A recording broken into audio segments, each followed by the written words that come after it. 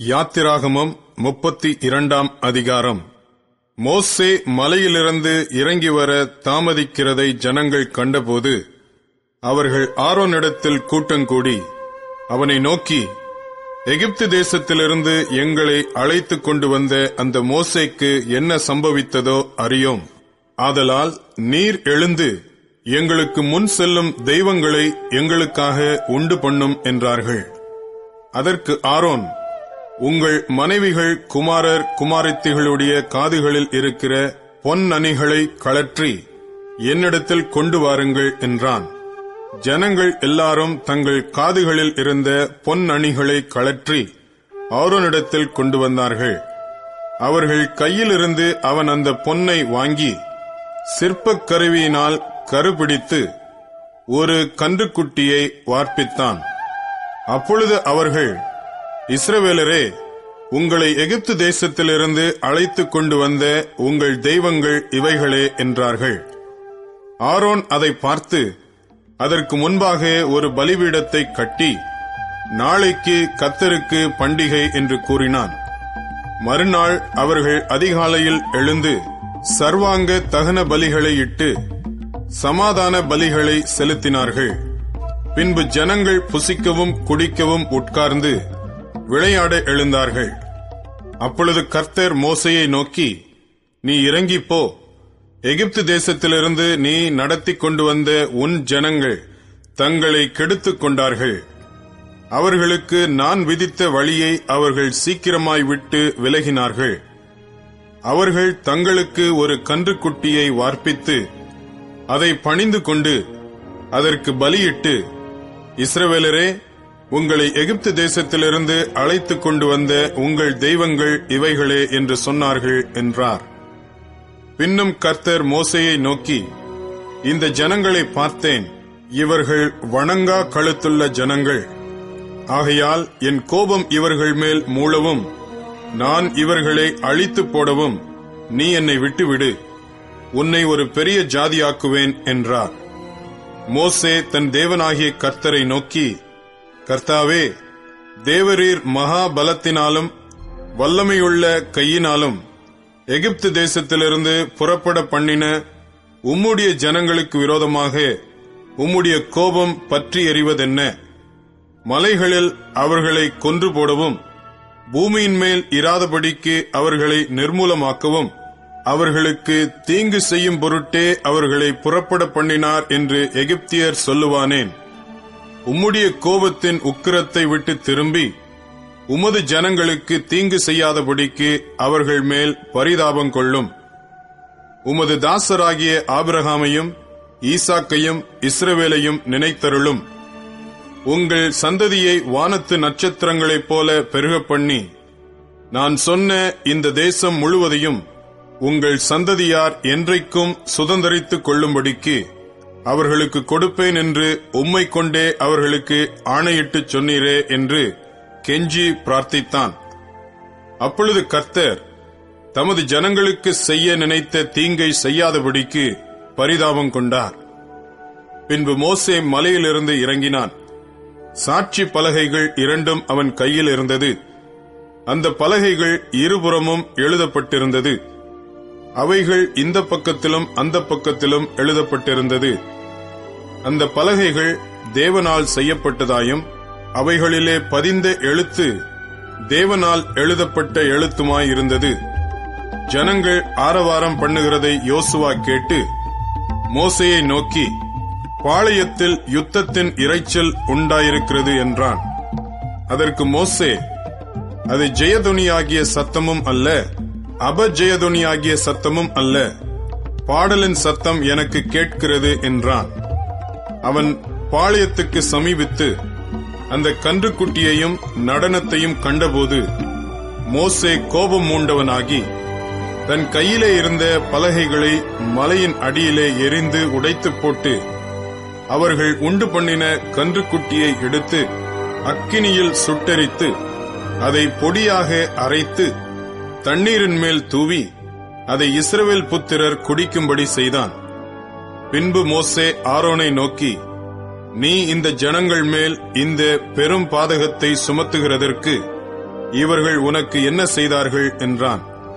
அதற்கு ஆரோன், என் ஆண்டவனுக்கு கோபம் மூளாதிருப்பதாக, இது பொல்லாத ஜனம் என்று நீர் அறிந்திருக்கிறீர். இவர்கள் என்னை நோக்கி, எங்களுக்கு முன் செல்லும் தெய்வங்களை எங்களுக்கு உண்டு பண்ணும், எகிப்து தேசத்திலிருந்து எங்களை அழைத்துக் கொண்டு வந்த அந்த மோசேக்கு என்ன சம்பவித்ததோ அறியோம் என்றார்கள். அப்பொழுது நான், பொன்னுடைமை உடையவர்கள் எவர்களோ அவர்கள் அதை கழற்றி தரக்கடவர்கள் என்றேன். அவர்கள் அப்படியே செய்தார்கள். அதை அக்கினியிலே போட்டேன், அதிலிருந்து இந்த கன்றுக்குட்டி வந்தது என்றான். ஜனங்கள் தங்கள் பகைவருக்குள் அவமானப்படத்தக்கதாக ஆரோன் அவர்களை நிர்வாணமாக்கியிருந்தான். அவர்கள் நிர்வாணமாயிருக்கிறதை மோசே கண்டு பாளையத்தின் வாசலில் நின்று, கர்த்தருடைய பட்சத்தில் இருக்கிறவர்கள் யார்? அவர்கள் என்னிடத்தில் சேரக்கடவர்கள் என்றான். அப்பொழுது லேவியின் புத்திரர் எல்லாரும் அவனிடத்தில் கூடி வந்தார்கள். அவன் அவர்களை நோக்கி, உங்களில் ஒவ்வொருவனும் தன் பட்டயத்தை தன் அறையிலே கட்டிக்கொண்டு பாளையமெங்கும் உள்ளும் புறம்பும் வாசலுக்கு வாசல் போய், ஒவ்வொருவனும் தன் தன் சகோதரனையும், ஒவ்வொருவனும் தன் தன் சிநேகிதனையும், ஒவ்வொருவனும் தன் தன் அயலானையும் கொன்று போடக் கடவன் என்று இஸ்ரவேலின் தேவனாகிய கர்த்தர் சொல்லுகிறார் என்றான். லேவியின் புத்திரர் மோசே சொன்னபடியே செய்தார்கள். அந்நாளில் ஜனங்களில் ஏறக்குறைய 3000 பேர் விழுந்தார்கள். கர்த்தர் இன்றைக்கு உங்களுக்கு ஆசீர்வாதம் அளிக்கும்படி, இன்றைக்கு நீங்கள் அவனவன் தன் தன் மகனுக்கும் சகோதரனுக்கும் விரோதமாயிருக்கிறதினால் கர்த்தருக்கு உங்களை பிரதிஷ்டை பண்ணுங்கள் என்று மோசே சொல்லியிருந்தான். மறுநாளில் மோசே ஜனங்களை நோக்கி, நீங்கள் மகா பெரிய பாவம் செய்தீர்கள், உங்களுக்காக பாவ நிவர்த்தி செய்யக்கூடுமோ என்று அறிய இப்பொழுது நான் கர்த்தரிடத்திற்கு ஏறிப் போகிறேன் என்றான். அப்படியே மோசே கர்த்தரிடத்திற்கு திரும்பிப் போய், ஐயோ, இந்த ஜனங்கள் பொன்னினால் தங்களுக்கு தெய்வங்களை உண்டாக்கி மகா பெரிய பாவம் செய்திருக்கிறார்கள். ஆகிலும் தேவரீர் அவர்கள் பாவத்தை மன்னித்தருளுவீரானால் மன்னித்தருளும், இல்லாவிட்டால் நீர் எழுதின உம்முடைய புஸ்தகத்திலிருந்து என் பேரை கிறுக்கி போடும் என்றான். அப்பொழுது கர்த்தர் மோசேயை நோக்கி, எனக்கு விரோதமாய் பாவம் செய்தவன் எவனோ அவன் பேரை என் புஸ்தகத்திலிருந்து கிறுக்கி போடுவேன். இப்பொழுது நீ போய் நான் உனக்கு சொன்ன இடத்துக்கு ஜனங்களை அழைத்துக் கொண்டு போ. என் தூதனானவர் உனக்கு முன் செல்லுவார். ஆகிலும் நான் விசாரிக்கும் நாளில் அவர்களுடைய பாவத்தை அவர்களிடத்தில் விசாரிப்பேன் என்றார். ஆரோன் செய்த கன்றுக்குட்டியை ஜனங்கள் செய்வித்ததின் நிமித்தம் கர்த்தர் அவர்களை உபாதித்தார். யாத்திராகமம் 33 அதிகாரம். கர்த்தர் மோசேயை நோக்கி, நீயும் எகிப்து தேசத்திலிருந்து நீ அழைத்துக் கொண்டு வந்த ஜனங்களும் இவ்விடத்தை விட்டு புறப்பட்டு உன் சந்ததிக்கு கொடுப்பேன் என்று நான் ஆபிரகாமுக்கும் ஈசாக்குக்கும் யாக்கோபுக்கும் ஆணையிட்டு கொடுத்த பாலும் தேனும் ஓடுகிற தேசத்துக்கு போங்கள்.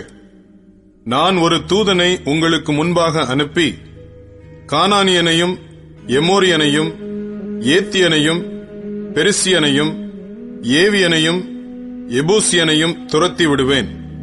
ஆனாலும் வழியிலே நான் உங்களை நிர்மூலம் பண்ணாதபடிக்கு நான் உங்கள் நடுவே செல்ல மாட்டேன். நீங்கள் வணங்கா கழுத்துள்ள ஜனங்கள் என்றார். துக்கமான இவ்வார்த்தைகளை ஜனங்கள் கேட்டபோது ஒருவரும் தங்கள் ஆபரணங்களை போட்டுக்கொள்ளாமல் துக்கித்துக் கொண்டிருந்தார்கள். ஏனென்றால் நீங்கள் வணங்கா கழுத்துள்ள ஜனங்கள். நான் ஒரு நிமிஷத்தில் உங்கள் நடுவில் எழும்பி உங்களை நிர்மூலம் பண்ணுவேன். ஆகையால் நீங்கள் போட்டிருக்கிற உங்கள் ஆபரணங்களை கழற்றி போடுங்கள். அப்பொழுது நான் உங்களுக்கு செய்ய வேண்டியதை அறிவேன் என்று இஸ்ரவேல் புத்திரருக்கு சொல் என்று கர்த்தர் மோசேயோடே சொல்லியிருந்தார். ஆகையால் இஸ்ரவேல் புத்திரர் ஓரேப் மலை அருகே தங்கள் ஆபரணங்களை கழற்றி போட்டார்கள். மோசே கூடாரத்தை பெயர்த்து அதை பாளையத்துக்கு புறம்பே தூரத்திலே போட்டு அதற்கு ஆசரிப்பு கூடாரம் என்று பெயரிட்டான். கர்த்தரை தேடும் யாவரும் பாளையத்துக்கு புறம்பான ஆசரிப்பு கூடாரத்துக்கு போவார்கள். மோசே கூடாரத்துக்கு போகும்போது ஜனங்கள் எல்லாரும் எழுந்திருந்து தங்கள் தங்கள் கூடார வாசலில் நின்று கொண்டு அவன் கூடாரத்துக்குள் பிரவேசிக்கும் மட்டும் அவன் பின்னே பார்த்துக் கொண்டிருந்தார்கள். மோசே கூடாரத்துக்குள் பிரவேசிக்கையில் மேகஸ்தம்பம் இறங்கி கூடார வாசலில் நின்றது. கர்த்தர் மோசேயோடே பேசினார். ஜனங்கள் எல்லாரும் மேகஸ்தம்பம் கூடார வாசலில் நிற்க கண்டார்கள். ஜனங்கள் எல்லாரும் எழுந்திருந்து தங்கள் தங்கள் கூடார வாசலில் பணிந்து கொண்டார்கள். ஒருவன் தன் சிநேகிதனோடே பேசுவது போல கர்த்தர் மோசேயோடே முகமுகமாய் பேசினார். பின்பு அவன் பாளையத்துக்கு திரும்பினான். நூனின் குமாரனாகிய யோசுவா என்னும் அவனுடைய பணிவிடைக்காரனாகிய வாலிபன் ஆசரிப்பு கூடாரத்தை விட்டு பிரியாதிருந்தான். மோசே கர்த்தரை நோக்கி, தேவரீர் இந்த ஜனங்களை அழைத்துக் கொண்டு போ என்று சொன்னீர். ஆகிலும் என்னோட கூட இன்னாரை அனுப்புவேன் என்பதை எனக்கு நீர் அறிவிக்கவில்லை. என்றாலும் உன்னை பேர் சொல்லி அழைத்து அறிந்திருக்கிறேன் என்றும் என் கண்களில் உனக்கு கிருபை கிடைத்தது என்றும் தேவரீர் சொன்னதுண்டே. உம்முடைய கண்களில் இப்பொழுது எனக்கு கிருபை கிடைத்ததானால் நான் உம்மை அறிவதற்கும் உம்முடைய கண்களில் எனக்கு கிருபை கிடைப்பதற்கும் உம்முடைய வழியை எனக்கு அறிவியும். இந்த ஜாதி உம்முடைய ஜனம் என்று நினைத்தருளும் என்றான். அதற்கு அவர், என் சமூகம் உனக்கு முன்பாக செல்லும், நான் உனக்கு இளைப்பாறுதல் தருவேன் என்றார். அப்பொழுது அவன் அவரை நோக்கி, உம்முடைய சமூகம் என்னோட கூட செல்லாமற் போனால் எங்களை இவ்விடத்திலிருந்து கொண்டு போகாதிரும். எனக்கும் உமது ஜனங்களுக்கும் உம்முடைய கண்களிலே கிருபை கிடைத்ததென்பது எதினால் அறியப்படும்? நீர் எங்களோடே வருவதினால் அல்லவா? இப்படியே பூமியின் மேலுள்ள ஜனங்கள் எல்லாரிலும் நானும் உம்முடைய ஜனங்களும் விசேஷித்தவர்கள் என்று விளங்கும் என்றான். அப்பொழுது கர்த்தர் மோசேயை நோக்கி, நீ சொன்ன இந்த வார்த்தையின்படியே செய்வேன். என் கண்களில் உனக்கு கிருபை கிடைத்தது, உன்னை பேர் சொல்லி அழைத்து அறிந்திருக்கிறேன் என்றார். அப்பொழுது அவன், உம்முடைய மகிமையை எனக்கு காண்பித்தருளும் என்றான். அதற்கு அவர், என்னுடைய தயையை எல்லாம் நான் உனக்கு முன்பாக கடந்து போக பண்ணி கர்த்தருடைய நாமத்தை உனக்கு முன்பாக கூறுவேன். எவன் மேல் கிருபையாயிருக்க சித்தமாயிருப்பேனோ அவன் மேல் கிருபையாயிருப்பேன். எவன் மேல் இரக்கமாயிருக்க சித்தமாயிருப்பேனோ அவன் மேல் இரக்கமாயிருப்பேன் என்று சொல்லி, நீ என் முகத்தை காண மாட்டாய், ஒரு மனுஷனும் என்னை கண்டு உயிரோடு இருக்கக்கூடாது என்றார். பின்னும் கர்த்தர், இதோ என் அண்டையில் ஒரு இடம் உண்டு, நீ அங்கே கன்மலையில் நில்லு. என் மகிமை கடந்து போகும்போது நான் உன்னை அந்த கன்மலையின் வெடிப்பிலே வைத்து நான் கடந்து போகும் மட்டும் என் கரத்தினால் உன்னை மூடுவேன். பின்பு என் கரத்தை எடுப்பேன், அப்பொழுது என் பின்பக்கத்தை காண்பாய், என் முகமோ காணப்படாது என்றார். யாத்திராகமம் 34 அதிகாரம். கர்த்தர் மோசேயை நோக்கி, முந்தின கற்பலகைகளுக்கு ஒத்த 2 கற்பலகைகளை இழைத்துக்கொள். நீ உடைத்து போட்ட முந்தின பலகைகளில் இருந்த வார்த்தைகளை அவைகளில் எழுதுவேன். விடியற்காலத்தில் நீ ஆயத்தமாகி சீனாய் மலையில் ஏறி அங்கே மலையின் உச்சியில் காலமே என் சமூகத்தில் வந்து நில். உன்னோடே ஒருவனும் அங்கே வரக்கூடாது, மலையிலெங்கும் ஒருவனும் காணப்படவும் கூடாது. இந்த மலையின் சமீபத்தில் ஆடு மாடு மேயவும் கூடாது என்றார். அப்பொழுது மோசே முந்தின கற்பலகைகளுக்கு ஒத்த 2 கற்பலகைகளை இழைத்து அதிகாலமே எழுந்திருந்து கர்த்தர் தனக்கு கட்டளையிட்டபடியே அவ்விரண்டு கற்பலகைகளையும் தன் கையிலே எடுத்துக்கொண்டு சீனாய் மலையில் ஏறினான். கர்த்தர் ஒரு மேகத்தில் இறங்கி அங்கே அவன் அருகே நின்று கர்த்தருடைய நாமத்தை கூறினார்.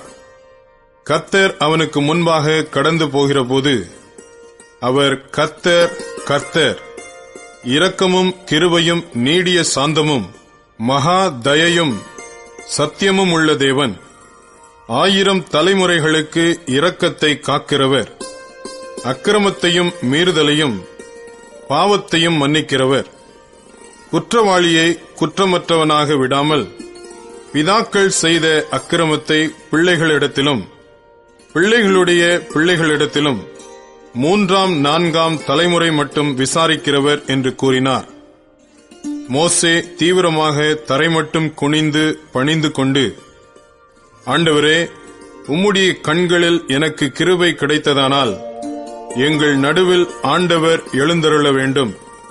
இந்த ஜனங்கள் வணங்கா கழுத்துள்ளவர்கள். நீரோ எங்கள் அக்கிரமத்தையும் எங்கள் பாவத்தையும் மன்னித்து எங்களை உமக்கு சுதந்திரமாக ஏற்றுக்கொள்ளும் என்றான். அதற்கு அவர், இதோ நான் ஒரு உடன்படிக்கை பண்ணுகிறேன்.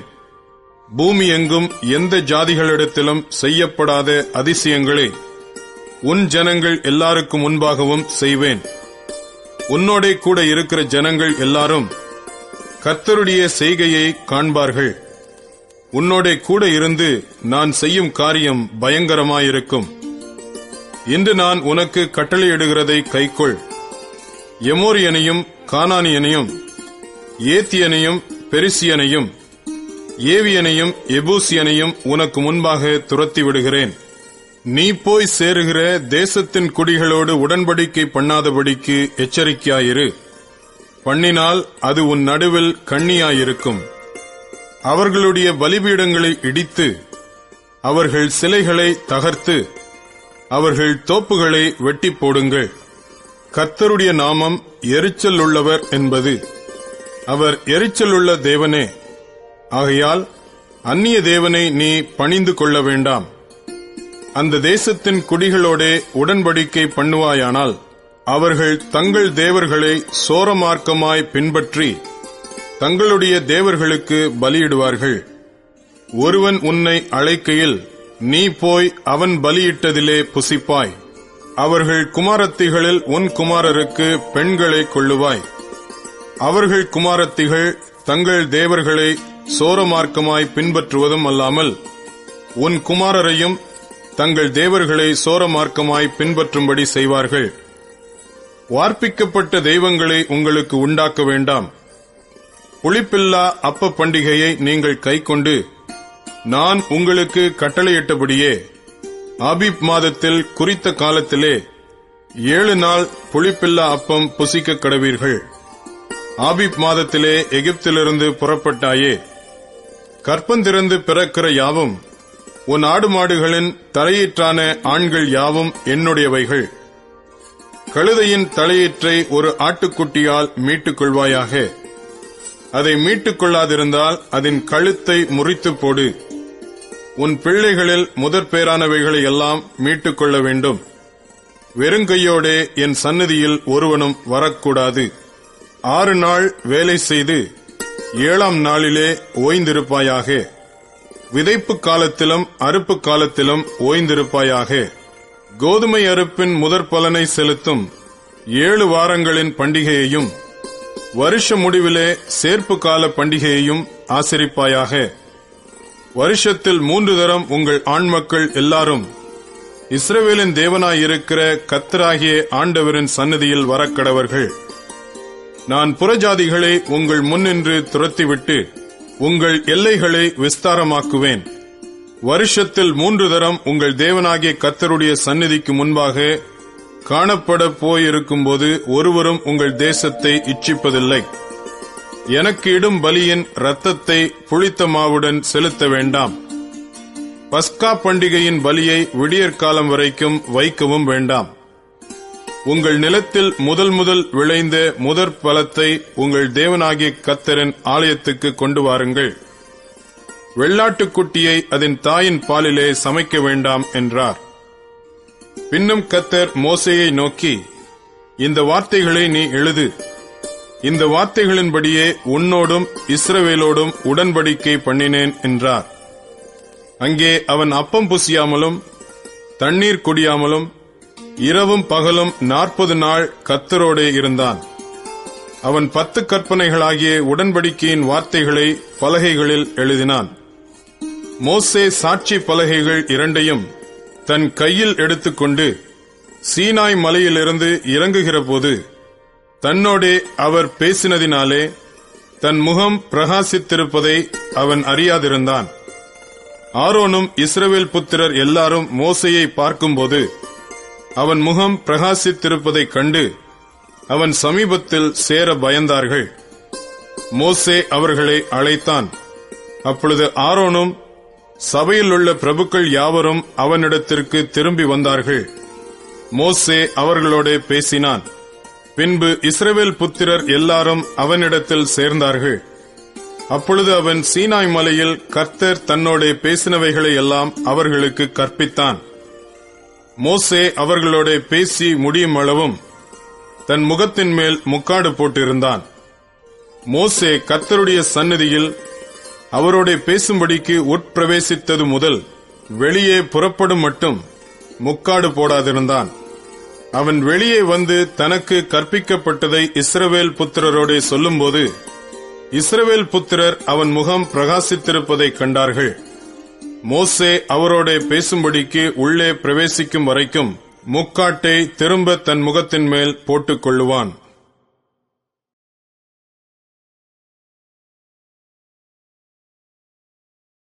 யாத்திராகமம் 35ஆம் அதிகாரம். மோசே இஸ்ரவேல் புத்திரராகிய சபையார் எல்லாரையும் கூடிவர செய்து அவர்களை நோக்கி, நீங்கள் 6 நாள் வேலை செய்ய வேண்டும். 7ஆம் நாளோ உங்களுக்கு பரிசுத்த நாளாய் இருப்பதாக. அது கர்த்தருக்கென்று ஓய்ந்திருக்கும் ஓய்வு நாள். அதிலே வேலை செய்கிறவன் எவனும் கொலை செய்யப்பட கடவன். ஓய்வு நாளில் உங்கள் வாசஸ்தலங்களில் எங்கும் நெருப்பு மூட்டாதிருப்பீர்களாக என்னும் இவ்வார்த்தைகளை கைக்கொள்ளும்படி கர்த்தர் கட்டளையிட்டார் என்றான். பின்னும் மோசே இஸ்ரவேல் புத்திரராகிய சபையார் எல்லாரையும் நோக்கி, உங்களுக்கு உண்டானதிலே கர்த்தருக்கு ஒரு காணிக்கையை கொண்டு வந்து செலுத்துங்கள்.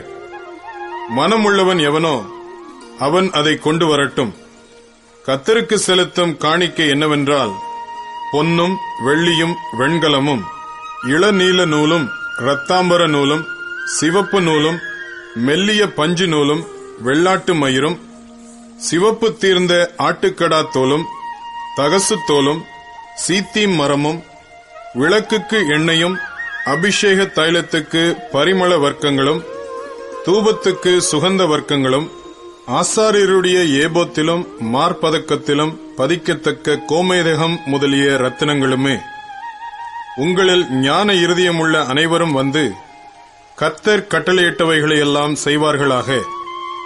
வாசஸ்தலத்தையும் அதன் கூடாரத்தையும் அதன் மூடியையும் அதன் கொக்கிகளையும் அதன் பலகைகளையும் அதன் தாழ்பாள்களையும் அதன் தூண்களையும் அதன் பாதங்களையும் பெட்டியையும் அதன் தண்டுகளையும் கிருபாசனத்தையும் மறைவின் திரைச்சீலையையும் மேஜையையும் அதன் தண்டுகளையும் அதன் சகல பணிமுட்டுகளையும் சமூகத் தப்பங்களையும் வெளிச்சங்கொடுக்கும் குத்து விளக்கையும் அதன் கருவிகளையும் அதன் அகல்களையும் வெளிச்சத்துக்கு எண்ணெயையும் தூப பீடத்தையும் அதன் தண்டுகளையும் அபிஷேக தைலத்தையும் சுகந்த தூப வர்க்கத்தையும் வாசஸ்தலத்தின் வாசலுக்கு தொங்கு திரையையும் தகன பலிபீடத்தையும் அதன் வெண்கல சல்லடையையும் அதன் தண்டுகளையும் அதன் சகல பணிமுட்டுகளையும் தொட்டியையும் அதன் பாதத்தையும் பிரகாரத்தின் தொங்கு திரைகளையும் அதன் தூண்களையும் அதன் பாதங்களையும் பிரகாரத்து வாசலின் தொங்கு திரையையும் வாசஸ்தலத்தின் முளைகளையும் பிரகாரத்தின் முளைகளையும் அவைகளின் கயிறுகளையும் பரிசுத்த ஸ்தலத்திலே ஆராதனை செய்வதற்குரிய வஸ்திரங்களையும் ஆசாரிய ஊழியம் செய்கிற ஆரோனின் பரிசுத்த வஸ்திரங்களையும் அவன் குமாரரின் வஸ்திரங்களையும் அவர்கள் செய்யக்கடவர்கள் என்றான். அப்பொழுது இஸ்ரவேல் புத்திரராகிய சபையார் எல்லாரும் மோசேயின் சமூகத்தை விட்டு புறப்பட்டார்கள். பின்பு எவர்களை அவர்கள் இருதயம் எழுப்பி எவர்களை அவர்கள் ஆவி உற்சாகப்படுத்தினதோ அவர்கள் எல்லாரும் ஆசரிப்பு கூடாரத்தின் வேலைக்கும் அதன் சகல ஊழியத்துக்கும் பரிசுத்த வஸ்திரங்களுக்கும் ஏற்றவைகளை கர்த்தருக்கு காணிக்கையாக கொண்டு வந்தார்கள். மனப்பூர்வமுள்ள ஸ்திரீ புருஷர் யாவரும் அஸ்த கடகங்கள், காதணிகள், மோதிரங்கள், ஆரங்கள் முதலான சகலவித பொன் ஆபரணங்களையும் கொண்டு வந்தார்கள். கர்த்தருக்கு காணிக்கை செலுத்தின ஒவ்வொருவனும் பொன்னை காணிக்கையாக செலுத்தினான்.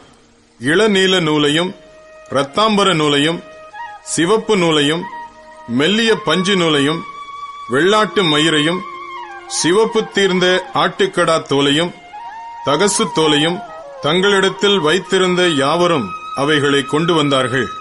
வெள்ளியையும் வெண்கலத்தையும் கொடுக்கத்தக்க யாவரும் அவைகளை கர்த்தருக்கு காணிக்கையாக கொண்டு வந்தார்கள்.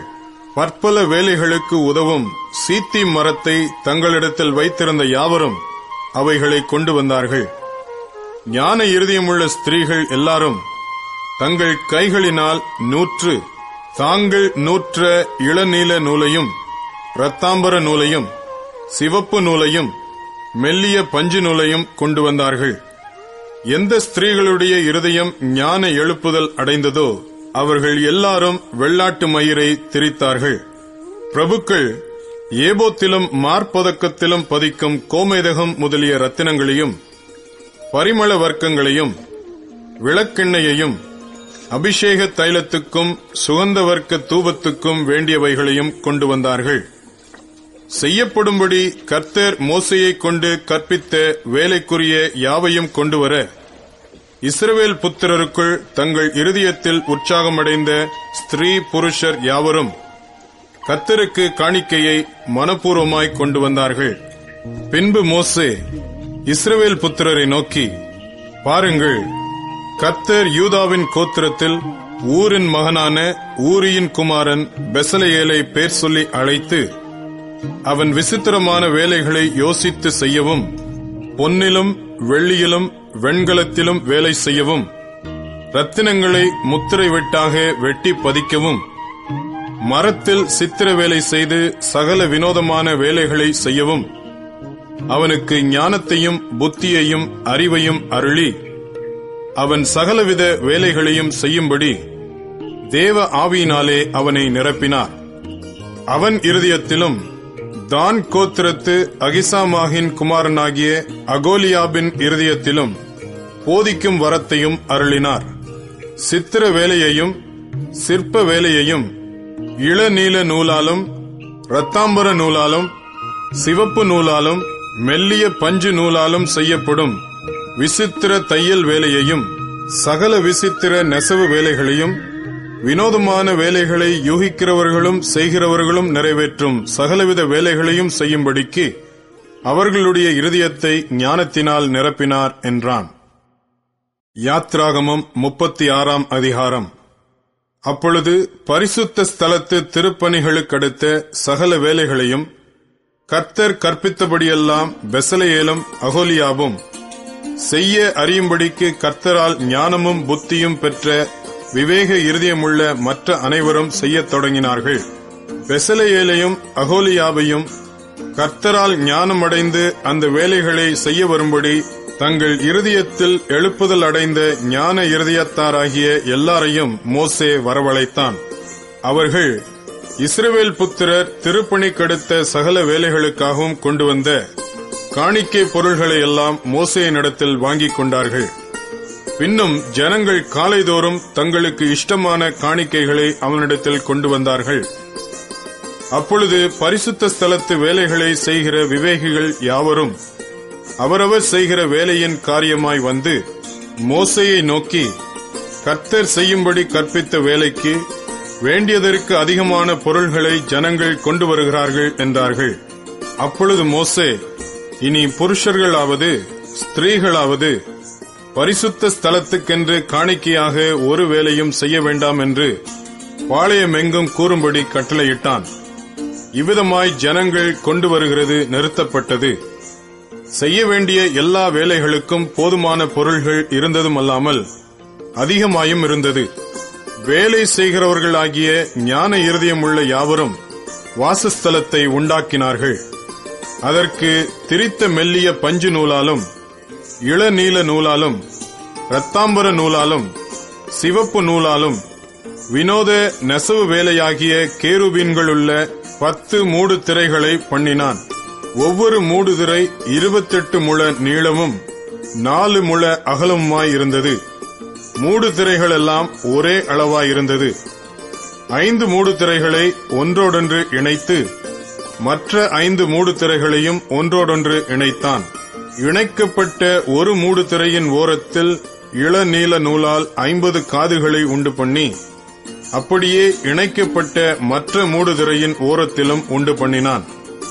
காதுகள் ஒன்றோடொன்று இணைக்கப்பட்டவைகளாயிருந்தது.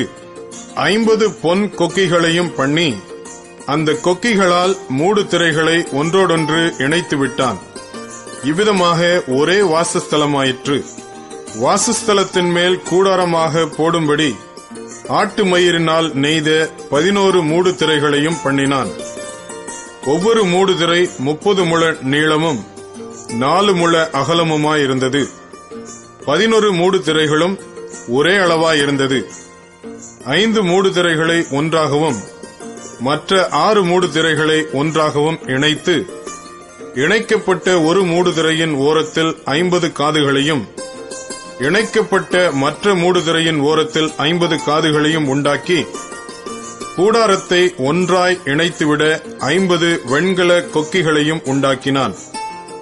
சிவப்பு தீர்ந்த ஆட்டுக்கடா தோலினால் கூடாரத்துக்கு ஒரு மூடியையும், அதன் மேல் போட தகசு தோலினால் ஒரு மூடியையும் உண்டு பண்ணினான். வாசஸ்தலத்துக்கு நிமிர்ந்து நிற்கும் பலகைகளையும் சீத்திம் மரத்தால் செய்தான். ஒவ்வொரு பலகையும் 10 முழ நீளமும் 1.5 முழ அகலமுமாய் இருந்தது. ஒவ்வொரு பலகைக்கும் ஒன்றுக்கொன்று சமதூரமான 2 கழுந்துகள் இருந்தது. வாசஸ்தலத்தின் பலகைகளுக்கெல்லாம் இப்படியே செய்தான். வாசஸ்தலத்திற்காக செய்யப்பட்ட பலகைகளில் தெற்கே தென் திசைக்கு 20 பலகைகளை உண்டாக்கி, அந்த 20 பலகைகளின் கீழே வைக்கும் 40 வெள்ளி பாதங்களையும் உண்டு பண்ணினான்.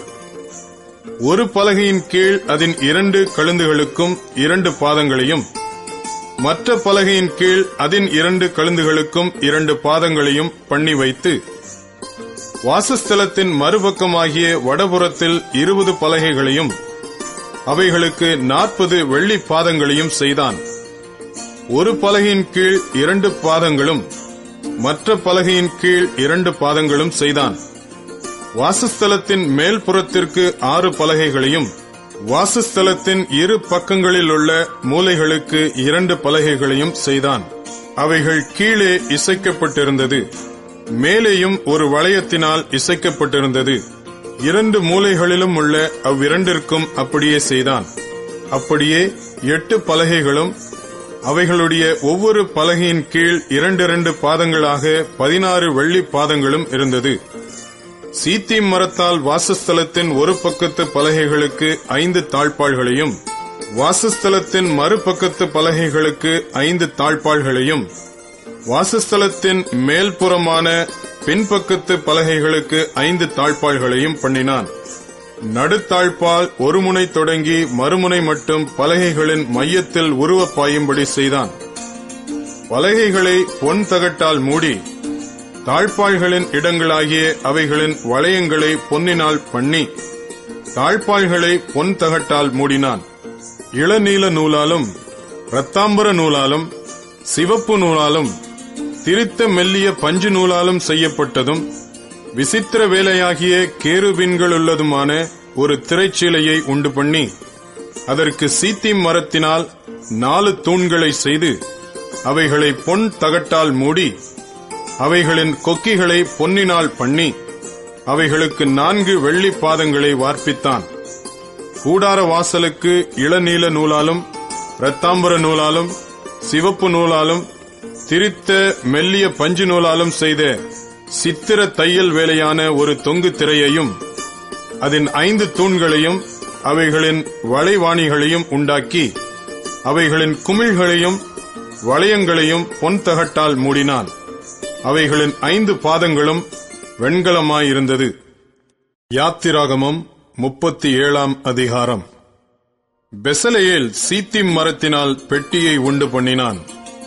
அதன் நீளம் 2.5 முழமும், அதன் அகலம் 1.5 முழமும், அதன் உயரம் 1.5 முழமுமானது.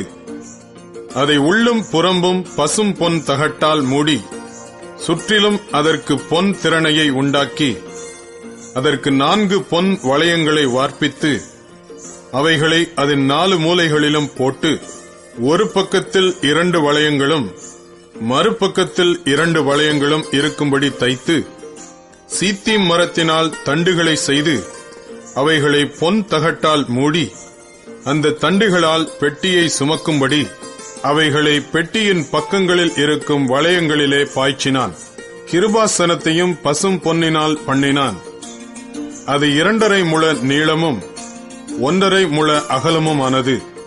தகடாய் அடிக்கப்பட்ட பொன்னினால் 2 கேருபீன்களையும் உண்டாக்கி கிருபாசனத்தின் 2 ஓரங்களிலே ஒரு புறத்து ஓரத்தில் ஒரு கேருபீனும் மறுபுறத்து ஓரத்தில் மற்ற கேருபீனுமாக அந்த கேருபீன்களை கிருபாசனத்தின் 2 ஓரங்களிலும் அதனோடு ஏக வேலைப்பாடாகவே பண்ணினான்.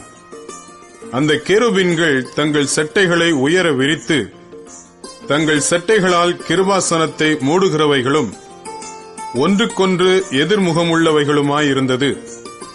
கேருபீன்களின் முகங்கள் கிருபாசனத்தை நோக்கிக் கொண்டிருந்தது. மேஜையையும் சீத்திம் மரத்தால் பண்ணினான்.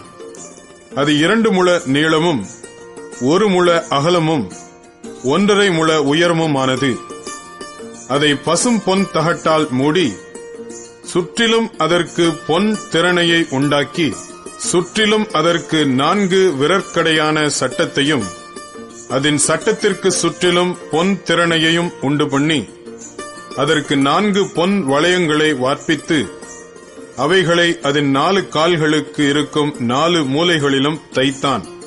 அந்த வளையங்கள் மேஜையை சுமக்கும் தண்டுகளை பாய்ச்சும் இடங்களாயிருக்கும்படி சட்டத்தின் அருகே இருந்தது. மேஜையை சுமக்கும் அந்த தண்டுகளை சீத்திம் மரத்தால் பண்ணி அவைகளை பொன் தகட்டால் மூடி மேஜையின் மேல் இருக்கும் பாத்திரங்களாகிய அதன் பனிமுட்டுகளையும் அதன் தட்டுகளையும் தூப கரண்டிகளையும் அதன் பானபலி கரகங்களையும் மூடுகிறதற்கான அதன் கிண்ணங்களையும் பசும் பொன்னினால் உண்டாக்கினான். குத்து விளக்கையும் பசும் பொன்னினால் அடிப்பு வேலையாய் உண்டாக்கினான். அதன் தண்டும் கிளைகளும் மொக்குகளும் பழங்களும் பூக்களும் பொன்னினால் செய்யப்பட்டிருந்தது. குத்து விளக்கின் ஒரு பக்கத்தில் 3 கிளைகளும் அதன் மறுபக்கத்தில் 3 கிளைகளுமாக அதன் பக்கங்களில் 6 கிளைகள் செய்யப்பட்டது. ஒவ்வொரு கிளையிலே வாதுமை கொட்டைக்கு ஒப்பான 3 மொக்குகளும் 1 பழமும் 1 பூவும் இருந்தது. குத்து விளக்கில் செய்யப்பட்ட 6 கிளைகளிலும் அப்படியே இருந்தது. விளக்கு தண்டில் வாதுமை கொட்டைக்கு ஒப்பான 4 மொக்குகளும் பழங்களும் பூக்களும் இருந்தது. அதில் செய்யப்பட்ட 2 கிளைகளின் கீழ் 1 பழமும் வேறு 2 கிளைகளின் கீழ் 1 பழமும் மற்ற 2 கிளைகளின் கீழ் 1 பழமும் இருந்தது. விளக்கு தண்டில் செய்யப்பட்ட 6 கிளைகளுக்கும் அப்படியே இருந்தது. அவைகளின் பழங்களும் அவைகளின் கிளைகளும் பசும் பொன்னினால் ஒரே அடிப்பு வேலையாய் செய்யப்பட்டது. அதன் 7 அகல்களையும் அதன் கத்தரிகளையும் சாம்பல் பாத்திரங்களையும் பசும் பொன்னினால் செய்தான். அதையும் அதன் பனிமுட்டுகள் யாவையும் 1 தாலந்து பசும் பொன்னினால் செய்தான். தூபபீடத்தையும் சீத்திம் மரத்தினால் உண்டாக்கினான். அது 1 முழ நீளமும் 1 முழ அகலமுமான சதுரமும் 2 முழ உயரமுமாய் இருந்தது. அதன் கொம்புகள் அதனோட ஏக வேலைப்பாடாயிருந்தது. அதன் மேற்புறத்தையும் அதன் சுற்றுப்புறத்தையும் அதன் கொம்புகளையும் பசும் பொன் தகட்டால் மூடி சுற்றிலும் அதற்கு பொன் திரணையை உண்டு பண்ணி அந்த திரணையின் கீழ் அதன் 2 பக்கங்களில் இருக்கும் 2 மூலைகளிலும் 2 பொன் வளையங்களை பண்ணி அதை சுமக்கும் தண்டுகளை பாய்ச்சும் இடங்களாக தைத்து சீத்திம் மரத்தால் அந்த தண்டுகளை செய்து அவைகளை பொன் தகட்டால் மூடினான். பரிசுத்த அபிஷேக தைலத்தையும் சுத்தமான சுகந்தங்களின் தூப வர்க்கத்தையும் தைலக்காரன் வேலைக்கு ஒப்பாக உண்டு பண்ணினான். யாத்திராகமம் 38ஆம் அதிகாரம். தகன பலிபீடத்தையும் சீத்திம் மரத்தால் உண்டாக்கினான். அது 5 முழ நீளமும் 5 முழ அகலமும் சதுர வடிவும் 3 முழ உயரமுமானது. அதன் 4 மூலைகளிலும் அதனோடு ஏகமாயிருக்கிற அதன் 4 கொம்புகளையும் உண்டாக்கி அதை வெண்கலத் தகட்டால் மூடி அந்த பீடத்தின் சகல பணிமுட்டுகளாகிய சாம்பல் எடுக்கத்தக்க சட்டிகளையும் கரண்டிகளையும் கிண்ணிகளையும் முள் துறடுகளையும் நெருப்பு சட்டிகளையும் உண்டாக்கினான். அதன் பணிமுட்டுகளை எல்லாம் வெண்கலத்தினால் பண்ணினான். வலைப்பின்னல் போன்ற ஒரு வெண்கல சல்லடையையும் பலிபீடத்திற்கு உண்டாக்கி அதை அந்த பீடத்தின் சுற்றுக்கு கீழே பாதி உயரத்தில் இருக்கத்தக்கதாக வைத்து அந்த வெண்கல சல்லடையின் 4 மூலைகளிலும் தண்டுகளை பாய்ச்சுகிறதற்கு 4 வளையங்களை வார்ப்பித்து அந்த தண்டுகளை சீத்திம் மரத்தால் பண்ணி அவைகளை வெண்கல தகட்டால் மூடி பலிபீடத்தை அவைகளால் சுமக்கத்தக்கதாக அதன் பக்கங்களிலுள்ள வளையங்களில் பாய்ச்சினான். பலிபீடத்தை உள்வெளிவிட்டு பலகைகளினால் செய்தான். ஆசரிப்பு கூடாரத்தின் வாசலில் கூட்டம் கூட்டமாய் கூடின ஸ்திரீகளின் தர்ப்பணங்களாலே வெண்கல தொட்டியையும் அதன் வெண்கல பாதத்தையும் உண்டாக்கினான். பிராகாரத்தையும் உண்டு பண்ணினான். தெற்கே தென் திசைக்கு எதிரான பிராகாரத்துக்கு திரித்த மெல்லிய பஞ்சு நூலால் நெய்த 100 முழ நீளமான தொங்கு திரைகளை செய்தான். அவைகளின் தூண்கள் 20, அவைகளின் வெண்கல பாதங்கள் 20. தூண்களின் கொக்கிகளும் அவைகளின் பூண்களும் வெள்ளி. வடபக்கத்து தொங்கு திரைகள் 100 முழம், அவைகளின் தூண்கள் 20, அவைகளின் வெண்கல பாதங்கள் 20. தூண்களின் கொக்கிகளும் பூண்களும் வெள்ளி. மேற்பக்கத்து தொங்கு திரைகள் 50 முழம், அவைகளின் தூண்கள் 10, அவைகளின் பாதங்கள் 10. தூண்களின் கொக்கிகளும் அவைகளின் பூண்களும் வெள்ளி. சூரியன் உதிக்கிற திசையாகிய கீழ்ப்பக்கத்து தொங்கு திரைகள் 50 முழம். ஒரு புறத்து தொங்கு திரைகள் 15 முழம், அவைகளின் தூண்கள் 3, அவைகளின் பாதங்கள் 3. பிராகார வாசலின் ஒரு புறத்துக்கு சரியாக மறுபுறத்திலும் தொங்கு திரைகள் 15 முழம், அவைகளின் தூண்கள் 3, அவைகளின் பாதங்கள் 3. சுற்று பிராகாரத்து தொங்கு திரைகளெல்லாம் மெல்லிய பஞ்சு நூலால் நெய்யப்பட்டிருந்தது. தூண்களின் பாதங்கள் வெண்கலம், தூண்களின் கொக்கிகளும் பூண்களும் வெள்ளி, அவைகளின் குமிழ்களை மூடிய தகடும் வெள்ளி. பிராகாரத்தின் தூண்கள் எல்லாம் வெள்ளிப்பூண்கள் போடப்பட்டவைகளுமாயிருந்தது. பிராகார வாசலின் தொங்குதிரை இளநீல நூலாலும் இரத்தாம்பர நூலாலும் சிவப்பு நூலாலும் திரித்த மெல்லிய பஞ்சு நூலாலும் செய்யப்பட்ட விசித்திர தையல் வேலையாயிருந்தது. அதன் நீளம் 20 முழம், அதன் அகலமும் உயரமும் பிராகாரத்தின் தொங்கு திரைகளுக்கு சரியாய் 5 முழம். அவைகளின் தூண்கள் 4, அவைகளின் வெண்கல பாதங்கள் 4, அவைகளின் கொக்கிகள் வெள்ளி, அவைகளின் குமிழ்களை மூடிய தகடும் அவைகளின் பூண்களும் வெள்ளி. வாசஸ்தலத்துக்கும் பிராகாரத்துக்கும் சுற்றிலும் இருந்த முளைகளெல்லாம் வெண்கலம். மோசேயின் கட்டளைப்படி ஆசாரியனான ஆரோனின் குமாரனாகிய இத்தாமாரின் கையிலே லேவியரின் ஊழியத்திற்கென்று எண்ணி கொடுக்கப்பட்ட சாட்சியின் வாசஸ்தலத்து பொருள்களின் தொகை இதுவே. யூதாவின் கோத்திரத்தில் ஊரின் மகனாகிய ஊரியின் குமாரன் பெசலேயில் கர்த்தர் மோசேக்கு கற்பித்ததையெல்லாம் செய்தான்.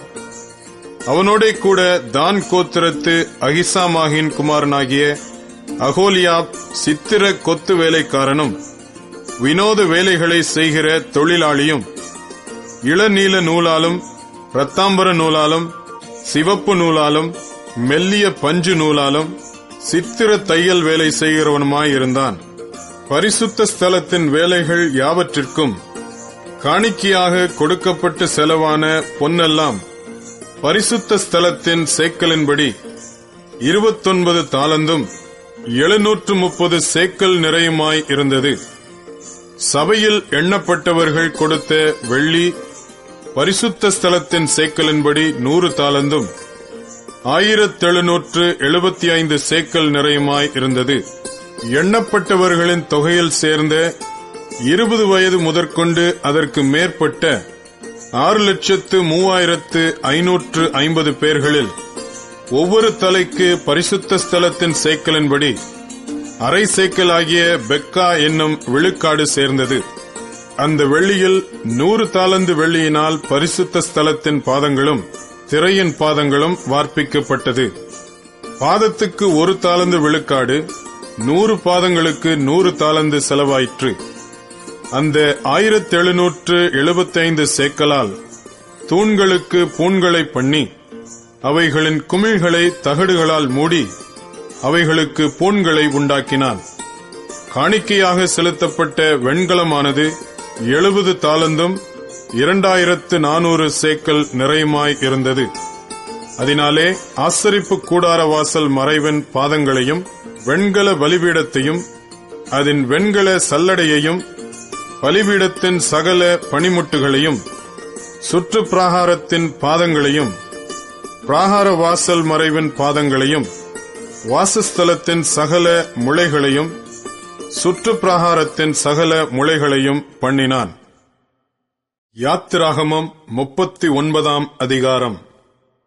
கர்த்தர் மோசேக்கு கற்பித்தபடியே அவர்கள் இளநீல நூலாலும் இரத்தாம்பர நூலாலும் சிவப்பு நூலாலும் பரிசுத்த ஸ்தலத்தில் ஆராதனை செய்கிறதற்கு வேண்டிய வஸ்திரங்களையும் ஆரோனுக்கு பரிசுத்த வஸ்திரங்களையும் செய்தார்கள். ஏபோத்தை பொன்னினாலும் இளநீல நூலாலும் இரத்தாம்பர நூலாலும் சிவப்பு நூலாலும் திரித்த மெல்லிய பஞ்சு நூலாலும் செய்தான். அந்த பொன்னை இளநீல நூலோடும் இரத்தாம்பர நூலோடும் சிவப்பு நூலோடும் மெல்லிய பஞ்சு நூலோடும் சேர்த்து விசித்திர வேலையாய் நெய்யும்படிக்கு மெல்லிய தகடுகளாய் அடித்து அவைகளை சரிகைகளாக பண்ணினார்கள். 2 தோள்களின் மேலுள்ள அதன் 2 முனைகளையும் சேர்த்தார்கள். அது ஒன்றாய் இணைக்கப்பட்டிருந்தது.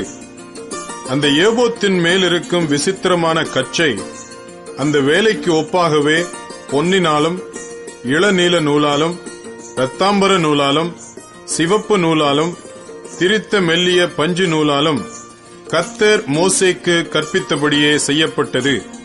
இஸ்ரவேல் புத்திரரின் நாமங்களை முத்திரை வெட்டு வேலையாக கோமேதக கற்களில் வெட்டி அவைகளை பொன் குவளைகளில் பதித்தார்கள். கர்த்தர் மோசேக்கு கற்பித்தபடியே அவைகள் இஸ்ரவேல் புத்திரரை குறித்து ஞாபகக்குறி கற்களாயிருக்கும்படி ஏபோத்து தோள்களின் மேல் அவைகளை வைத்தான். மார்பதக்கத்தை ஏபோத்தின் வேலைக்கு ஒத்த விசித்திர வேலையாக பொன்னினாலும் இளநீல நூலாலும் இரத்தாம்பர நூலாலும் சிவப்பு நூலாலும் திரித்த மெல்லிய பஞ்சு நூலாலும் செய்தான். அந்த மார்பதக்கத்தை சதுரமும் இரட்டையுமாய் செய்து 1 ஜான் நீளமும் 1 ஜான் அகலமும் ஆக்கி அதிலே 4 பத்தி இரத்தின கற்களை பதித்தார்கள். முதலாம் பத்தி பத்மராகமும் புஷ்பராகமும் மாணிக்கமும், 2ஆம் பத்தி மரகதமும் இந்திர நீலமும் வஜ்ரமும், 3ஆம் பத்தி கெம்பும் வைடூரியமும் சுகந்தியும், 4ஆம் பத்தி படிக பச்சையும் கோமேதகமும் யஸ்பியுமானது. அவைகள் அந்தந்த இடங்களிலே பொன் குவளைகளில் பதிக்கப்பட்டிருந்தது. இந்த கற்கள் இஸ்ரவேல் புத்திரருடைய நாமங்களின்படியே 12 அவர்களுடைய நாமங்கள் உள்ளவைகளுமாயிருந்தது. 12 கோத்திரங்களில் ஒவ்வொரு கோத்திரத்தின் நாமம் ஒவ்வொன்றில் முத்திரை வெட்டாய் வெட்டியிருந்தது. மார்பதக்கத்துக்கு அதன் பக்கங்களிலே பின்னல் வேலையான பசும்பொன் சங்கிலிகளையும் பண்ணி 2 பொன் குவளைகளையும் 2 பொன் வளையங்களையும் செய்து அந்த 2 வளையங்களை மார்பதக்கத்தின் 2 பக்கத்திலும் வைத்து பொன்னினால் செய்த பின்னல் வேலையான அந்த 2 சங்கிலிகளையும் மார்பதக்கத்தின் பக்கங்களில் இருக்கிற 2 வளையங்களிலும் மாட்டி பின்னல் வேலையான அவ்விரண்டு சங்கிலிகளின் 2 நுனிகளையும் ஏபோத்தின் தோள்புறத்து துண்டுகள் மேல் முன்புறத்தில் இருக்கிற 2 குவளைகளிலும் மாட்டினார்கள். பின்னும் 2 வளையங்களை பண்ணி அவைகளை ஏபோத்தின் கீழ்ப்புறத்திற்கு எதிரான மார்பதக்கத்தின் மற்ற 2 பக்கங்களிலும் அதன் ஓரத்தில் வைத்து வேறே 2 பொன் வளையங்களையும் பண்ணி அவைகளை ஏபோத்தின் முன்புறத்தின் 2 கீழ்ப்பக்கங்களில் அதன் இணைப்புக்கு எதிராகவும் ஏபோத்தின் விசித்திரமான கச்சைக்கு மேலாகவும் வைத்து மார்பதக்கம் ஏபோத்தின் விசித்திரமான கச்சைக்கு மேலாக இருக்கும்படிக்கும் ஏபோத்திலிருந்து நீங்கி போகாதபடிக்கும் அதை அதன் வளையங்களால் ஏபோத்தின் வளையங்களோடு இளநீல நாடாவினாலே கர்த்தர் மோசேக்கு கற்பித்தபடியே கட்டினார்கள். ஏபோத்தின் கீழ் அங்கியை முழுவதும் இளநீல நூலால் நெய்தான். அங்கியின் நடுவில் மார்க்கவச துவாரத்துக்கு ஒப்பாக ஒரு துவாரமும் அது கிழியாதபடி அந்த துவாரத்தை சுற்றிலும் ஒரு நாடாவும் தைத்திருந்தது. அங்கியின் கீழ் ஓரங்களில் தொங்கத்தக்கதாக திரித்த இளநீல நூலும் இரத்தாம்பர நூலும் சிவப்பு நூலுமான வேலையாக மாதளம்பழங்களை பண்ணி பசும்பொன்னினால் மணிகளையும் பண்ணி அந்த மணிகளை அங்கியின் ஓரங்களில் சுற்றிலும் மாதளம்பழங்களின் இடையிடையே தொங்க வைத்தார்கள். கர்த்தர் மோசேக்கு கற்பித்தபடியே ஆராதனைக்குரிய அங்கியின் ஓரத்தை சுற்றிலும் 1 மணியும் 1 மாதளம்பழமும் 1 மணியும் 1 மாதளம்பழமுமாய் இருந்தது. ஆரோனுக்கும் அவன் குமாரருக்கும் மெல்லிய பஞ்சு நூலால் நெசவு வேலையான அங்கிகளையும் மெல்லிய பஞ்சு நூலால் பாகையையும் அலங்காரமான குல்லாக்களையும் திரித்த மெல்லிய சணல் நூலால் சல்லடங்களையும் திரித்த மெல்லிய பஞ்சு நூலாலும் இளநீல நூலாலும் இரத்தாம்பர நூலாலும் சிவப்பு நூலாலும் சித்திர தையல் வேலையான இடைக்கச்சையையும் கர்த்தர் மோசேக்கு கற்பித்தபடியே செய்தார்கள். பரிசுத்த கிரீடத்தின் பட்டத்தையும் பசும்பொன்னினாலே பண்ணி கர்த்தருக்கு பரிசுத்தம் என்னும் எழுத்துக்களை அதிலே முத்திரை வெட்டாக வெட்டி அதை உயர பாகையின் மேல் கட்டும்படி கர்த்தர் மோசேக்கு கற்பித்தபடியே இளநீல நாடாவினால் கட்டினார்கள். இப்படியே ஆசரிப்பு கூடாரமாகிய வாசஸ்தலத்தின் வேலையெல்லாம் முடிந்தது. கர்த்தர் மோசேக்கு கற்பித்தபடியெல்லாம் இஸ்ரவேல் புத்திரர் செய்தார்கள். பின்பு வாசஸ்தலத்தை மோசேயினிடத்தில் கொண்டு வந்தார்கள்.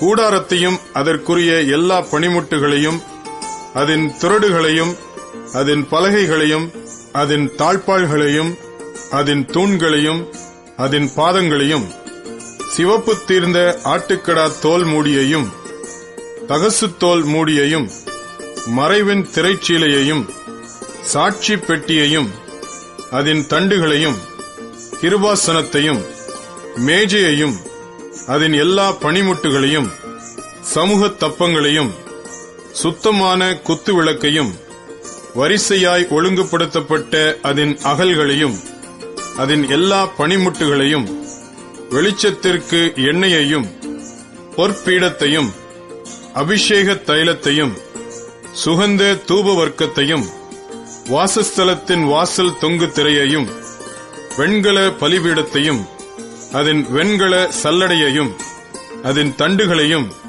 அதன் சகல பணிமுட்டுகளையும் தொட்டியையும் அதன் பாதத்தையும் பிராகாரத்தின் தொங்கு திரைகளையும் அதன் தூண்களையும் அதன் பாதங்களையும் பிராகாரத்து வாசல் மறைவையும் அதன் கயிறுகளையும் அதன் முளைகளையும் ஆசரிப்பு கூடாரமான வாசஸ்தலத்தின் வேலை கெடுத்த சகல பணிமுட்டுகளையும் பரிசுத்த ஸ்தலத்திலே செய்யும் ஆராதனை கெடுத்த வஸ்திரங்களையும் ஆசாரிய ஊழியம் செய்கிற ஆரோனின் பரிசுத்த வஸ்திரங்களையும் அவன் குமாரரின் வஸ்திரங்களையும் கொண்டு வந்தார்கள். கர்த்தர் மோசேக்கு கற்பித்தபடியெல்லாம் இஸ்ரவேல் புத்திரர் சகல வேலைகளையும் செய்தார்கள். மோசே அந்த வேலைகளையெல்லாம் பார்த்தான். கர்த்தர் கற்பித்தபடியே அதை செய்திருந்தார்கள். மோசே அவர்களை ஆசீர்வதித்தான். யாத்திராகமம் 40ஆம் அதிகாரம். கர்த்தர் மோசேயை நோக்கி, நீ 1ஆம் மாதம் 1 தேதியில் ஆசரிப்பு கூடாரத்தின் வாசஸ்தலத்தை ஸ்தாபனம் பண்ணு. அதிலே சாட்சி பெட்டியை வைத்து பெட்டியை திரையினால் மறைத்து மேஜையை கொண்டு வந்து அதில் வைக்க வேண்டியதை கிரமமாய் வைத்து குத்து விளக்கை கொண்டு வந்து அதன் விளக்குகளை ஏற்றி பொன் தூபபீடத்தை சாட்சி பெட்டிக்கு முன்னே வைத்து வாசஸ்தலத்து வாசலின் தொங்கு திரையை தூக்கி வைக்க கடவாய். பின்பு தகன பலிபீடத்தை ஆசரிப்பு கூடாரமாகிய வாசஸ்தலத்தின் வாசலுக்கு முன்பாக வைத்து, தொட்டியை ஆசரிப்பு கூடாரத்துக்கும் பலிபீடத்துக்கும் நடுவே வைத்து அதிலே தண்ணீர் வார்த்து, சுற்று பிராகாரத்தை நிறுத்தி பிராகார வாசல் தொங்கு திரையை தூக்கி வைத்து, அபிஷேக தைலத்தை எடுத்து வாசஸ்தலத்தையும் அதிலுள்ள யாவையும் அபிஷேகம் பண்ணி, அதையும் அதிலுள்ள சகல பணிமுட்டுகளையும் பரிசுத்தப்படுத்துவாயாக. அப்பொழுது பரிசுத்தமாயிருக்கும். தகன பலிபீடத்தையும் அதன் சகல பணிமுட்டுகளையும் அபிஷேகம் பண்ணி அதை பரிசுத்தப்படுத்துவாயாக. அப்பொழுது அது மகா பரிசுத்தமான பலிபீடமாயிருக்கும். தொட்டியையும் அதன் பாதத்தையும் அபிஷேகம் பண்ணி பரிசுத்தப்படுத்துவாயாக. பின்பு ஆரோனையும் அவன் குமாரரையும் ஆசரிப்பு கூடார வாசலில் வர செய்து அவர்களை ஜலத்தினால் ஸ்நானம் பண்ணுவித்து, ஆரோனுக்கு பரிசுத்த வஸ்திரங்களை உடுத்தி எனக்கு ஆசாரிய ஊழியம் செய்யும்படிக்கு அவனை அபிஷேகம் பண்ணி அவனை பரிசுத்தப்படுத்துவாயாக. அவன் குமாரரையும் வர செய்து அவர்களுக்கு அங்கிகளை உடுத்தி அவர்கள் எனக்கு ஆசாரிய ஊழியம் செய்யும்படி அவர்களையும் அவர்கள் தகப்பனை அபிஷேகம் பண்ணினபடியே அபிஷேகம் பண்ணுவாயாக.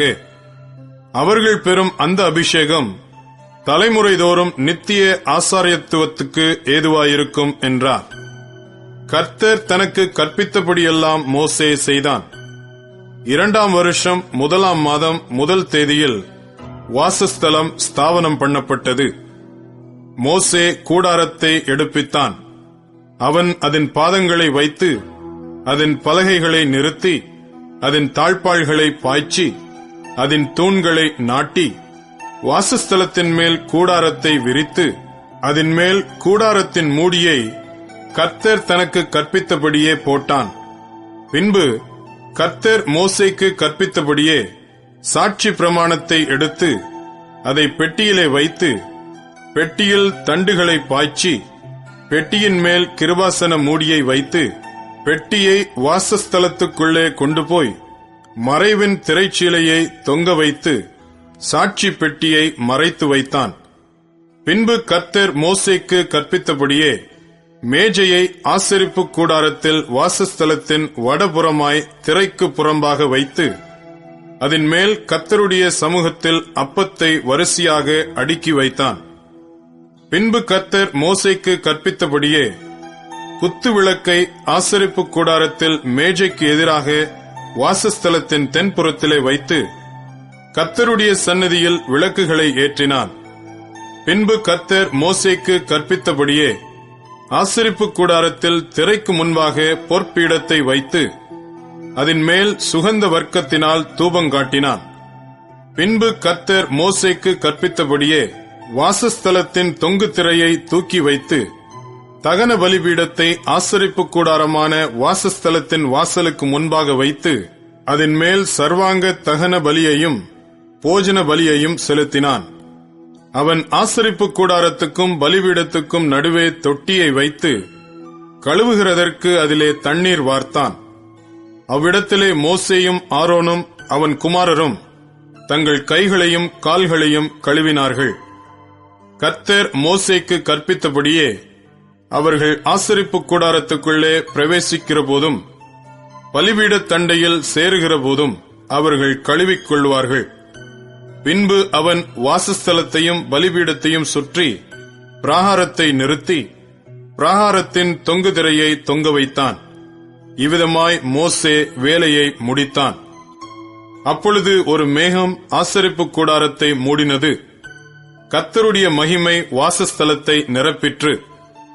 மேகம் அதன் மேல் தங்கி கர்த்தருடைய மகிமை வாசஸ்தலத்தை நிரப்பினதினால் மோசே ஆசரிப்பு கூடாரத்துக்குள் பிரவேசிக்க கூடாமல் இருந்தது. வாசஸ்தலத்திலிருந்து மேகம் மேலே எழும்பும்போது இஸ்ரவேல் புத்திரர் பிரயாணம் பண்ண புறப்படுவார்கள். மேகம் எழும்பாதிருந்தால் அது எழும்பும் நாள் வரைக்கும் பிரயாணம் பண்ணாதிருப்பார்கள். இஸ்ரவேல் வம்சத்தார் பண்ணும் எல்லா பிரயாணங்களிலும் அவர்கள் எல்லாருடைய கண்களுக்கும் பிரத்யட்சமாக பகலில் கர்த்தருடைய மேகமும் இரவில் அக்கினியும் வாசஸ்தலத்தின் மேல் தங்கியிருந்தது. லேவியராகமம் 1 அதிகாரம்.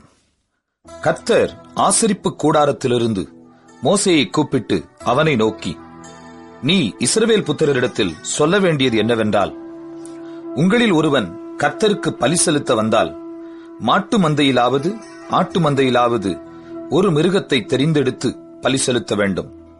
அவன் செலுத்துவது மாட்டு மந்தையிலிருந்து எடுக்கப்பட்ட சர்வாங்க தகன பலியானால் அவன் பழுதற்ற ஒரு காளையை செலுத்துவானாக. கர்த்தருடைய சந்நிதியில் தான் அங்கீகரிக்கப்படும்படி அவன் அதை ஆசரிப்பு கூடார வாசலில் கொண்டு வந்து, அது தன் பாவ நிவிர்த்திக்கென்று அங்கீகரிக்கப்படும்படி தன் கையை அதன் தலையின் மேல் வைத்து கர்த்தருடைய சந்நிதியில் அந்த காளையை கொல்லக்கடவன். அப்பொழுது ஆரோனின் குமாரராகிய ஆசாரியர்கள் அதன் இரத்தத்தை எடுத்து அதை ஆசரிப்பு கூடார வாசலில் இருக்கிற பலிபீடத்தின் மேல் சுற்றிலும் தெளிக்க கடவர்கள். பின்பு அவன் அந்த சர்வாங்க தகன பலியை தோலுரித்து அதை சந்து சந்தாக துண்டிக்க கடவன். அப்பொழுது ஆசாரியனாகிய ஆரோனின் குமாரர் பலிபீடத்தின் மேல் அக்கினியை போட்டு அக்கினியின் மேல் கட்டைகளை அடுக்கி, அவன் குமாரராகிய ஆசாரியர்கள் துண்டங்களையும் தலையையும் கொழுப்பையும் பலிபீடத்திலுள்ள அக்கினியில் இருக்கிற கட்டைகளின் மேல் அடுக்கி வைக்க கடவர்கள். அதன் குடல்களையும் தொடைகளையும் அவன் தண்ணீரினால் கழுவுவானாக. அவைகளையெல்லாம் ஆசாரியன் பலிபீடத்தின் மேல் சர்வாங்க தகன பலியாக தகனிக்க கடவன். இது கர்த்தருக்கு சுகந்த வாசனையான தகன பலி. அவன் செலுத்துவது செம்மறியாட்டு மந்தையிலுள்ள ஆடுகளிலாவது வெள்ளாட்டு மந்தையிலுள்ள ஆடுகளிலாவது எடுக்கப்பட்ட சர்வாங்க தகன பலியானால், பழுதற்ற ஒரு கடாவை கொண்டு வந்து கர்த்தருடைய சந்நிதியில் பலிபீடத்தின் வடபுறத்தில் அதை கொல்ல கடவன். அப்பொழுது ஆரோனின் குமாரராகிய ஆசாரியர்கள் அதன் இரத்தத்தை பலிபீடத்தின் மேல் சுற்றிலும் தெளிக்க கடவர்கள். பின்பு அவன் அதை சந்து சந்தாக துண்டித்து அதன் தலையையும் கொழுப்பையும் கூட வைப்பானாக. அவைகளை ஆசாரியன் பலிபீடத்திலுள்ள அக்கினியில் இருக்கிற கட்டைகளின் மேல் அடுக்கி வைக்க கடவன். குடல்களையும் தொடைகளையும் அவன் தண்ணீரினால் கழுவுவானாக. அவைகளையெல்லாம் ஆசாரியன் கொண்டு வந்து பலிபீடத்தின் மேல் தகனிக்க கடவன். இது சர்வாங்க தகன பலி. இது கர்த்தருக்கு சுகந்த வாசனையான தகன பலி. அவன் கர்த்தருக்கு செலுத்துவது பறவைகளிலிருந்து எடுக்கப்பட்ட சர்வாங்க தகன பலியானால், காட்டு புறாக்களிலாவது புறா குஞ்சுகளிலாவது எடுத்து செலுத்த கடவன். அதை ஆசாரியன் பலிபீடத் தண்டையில் கொண்டு வந்து அதன் தலையை கிள்ளி பலிபீடத்தில் தகனித்து அதன் இரத்தத்தை பலிபீடத்தின் பக்கத்தில் சிந்தவிட்டு அதன் இறைப்பையை அதன் மலத்தோடும் கூட எடுத்து அதை பலிபீடத் தண்டையில் கீழ்ப்புறமாக சாம்பல் இருக்கிற இடத்திலே எரிந்துவிட்டு, பின்பு அதன் செட்டைகளுடன் அதை இரண்டாக்காமல் பிளப்பானாக. பின்பு ஆசாரியன் அதை பலிபீடத்திலுள்ள அக்கினியில் இருக்கிற கட்டைகளின் மேல் தகனிக்க கடவன். இது சர்வாங்க தகன பலி. இது கர்த்தருக்கு சுகந்த வாசனையான தகன பலி. லேவியராகமம் 2 அதிகாரம். ஒருவன் போஜன பலியாகிய காணிக்கையை கர்த்தருக்கு செலுத்த வேண்டுமானால், அவன் காணிக்கை மெல்லிய மாவாயிருப்பதாக. அவன் அதின் மேல் எண்ணெய் வார்த்து அதின் மேல் தூபவர்க்கம் போட்டு அதை ஆரோனின் குமாரராகிய ஆசாரியர்களிடத்தில் கொண்டு வருவானாக. அப்பொழுது ஆசாரியன் அந்த மாவிலும் எண்ணெயிலும் ஒரு கைப்பிடி நிறைய தூபவர்க்கம் எல்லாவற்றோடும் எடுத்து அதை பலிபீடத்தின் மேல் ஞாபகக்குறியாக தகனிக்க கடவன். அது கர்த்தருக்கு சுகந்த வாசனையான தகன பலி. அந்த போஜன பலியில் மீதியாயிருப்பது ஆரோனையும் அவன் குமாரரையும் சேரும். கர்த்தருக்கு இடும் தகன பலிகளில் இது மகா பரிசுத்தமானது. நீ படைப்பது அடுப்பில் பாகம் பண்ணப்பட்ட போஜன பலியானால், அது எண்ணெயிலே பிசைந்த மெல்லிய மாவினால் செய்த புளிப்பில்லா அதிரசங்களாயாவது எண்ணெய் பூசப்பட்ட புளிப்பில்லா அடைகளாயாவது இருப்பதாக. நீ படைப்பது தட்டையான சட்டியில் பாகம் பண்ணப்பட்ட போஜன பலியானால், அது எண்ணெயிலே பிசைந்த புளிப்பில்லா மெல்லிய மாவினால் செய்யப்பட்டதாயிருப்பதாக. அதை துண்டு துண்டாக பிட்டு அதின்மேல் எண்ணெய் வார்ப்பாயாக. இது ஒரு போஜன பலி. நீ படைப்பது பொரிக்குஞ் சட்டியில் பாகம் பண்ணப்பட்ட போஜன பலியானால் அது எண்ணெயிலே பிசைந்த மெல்லிய மாவினால் செய்யப்படுவதாக. இப்படி செய்யப்பட்ட போஜன பலியை கர்த்தருக்கு செலுத்துவாயாக. அது ஆசாரியனிடத்தில் கொண்டு வரப்படும் போது அவன் அதை பலிபீடத் தண்டையில் கொண்டு வந்து அந்த போஜன பலியிலிருந்து ஆசாரியன் ஞாபகக்குறியாக ஒரு பங்கை எடுத்து பலிபீடத்தின் மேல் தகனிக்க கடவன்.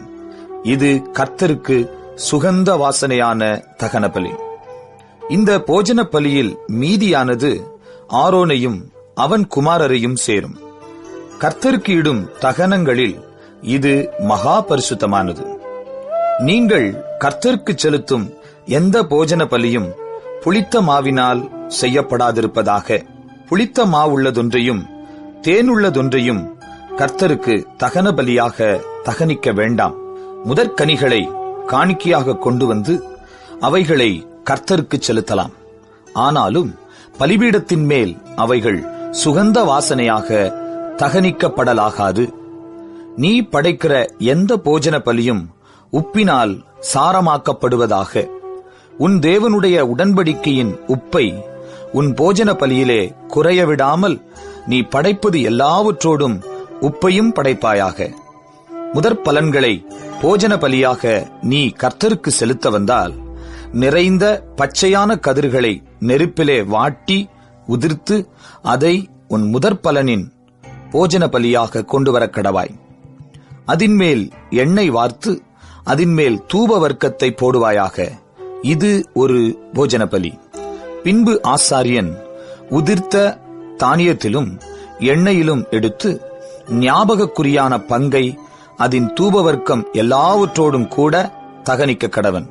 இது கர்த்தருக்கு இடும் தகனபலி. லேவியராகமம் 3ஆம் அதிகாரம்.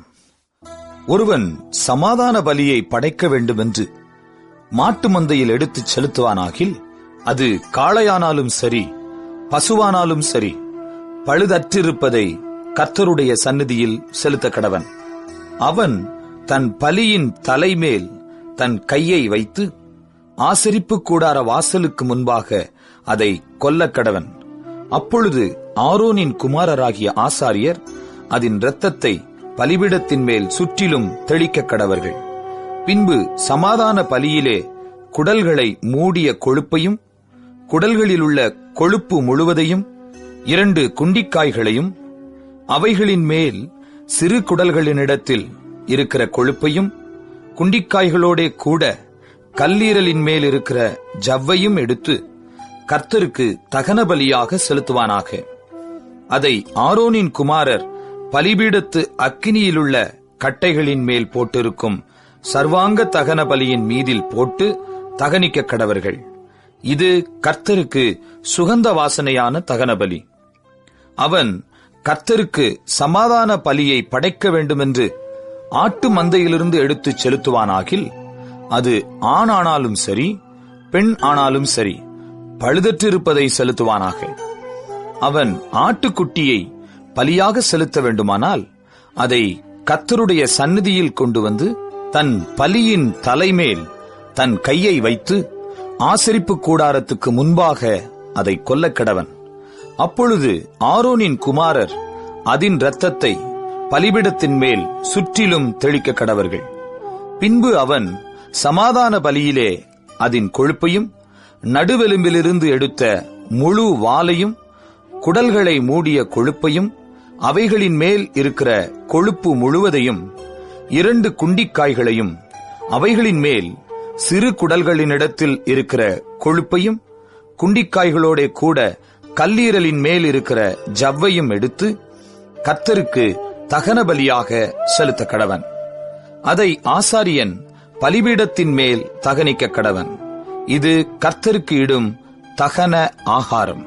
அவன் செலுத்துவது வெள்ளாடாயிருக்குமானால் அவன் அதை கர்த்தருடைய சந்நிதியில் கொண்டு வந்து அதன் தலைமேல் தன் கையை வைத்து ஆசரிப்பு கூடாரத்துக்கு முன்பாக அதை கொல்லக் கடவன். அப்பொழுது ஆரோனின் குமாரர் அதன் இரத்தத்தை பலிபீடத்தின் மேல் சுற்றிலும் தெளிக்க கடவர்கள். அவன் அதிலே குடல்களை மூடிய கொழுப்பையும் அவைகள் மேலிருக்கிற கொழுப்பு முழுவதையும் 2 குண்டிக்காய்களையும் அவைகளின் மேல் சிறு குடல்களினிடத்தில் இருக்கிற கொழுப்பையும் குண்டிக்காய்களோட கூட கல்லீரலின் மேல் இருக்கிற ஜவ்வையும் எடுத்து கர்த்தருக்கு தகன பலியாக செலுத்த கடவன். ஆசாரியன் பலிபீடத்தின் மேல் அவைகளை தகனிக்க கடவன். இது சுகந்த வாசனையான தகன ஆகாரம். கொழுப்பு முழுவதும் கர்த்தருடையது. கொழுப்பையாவது இரத்தத்தையாவது நீங்கள் புசிக்கலாகாது.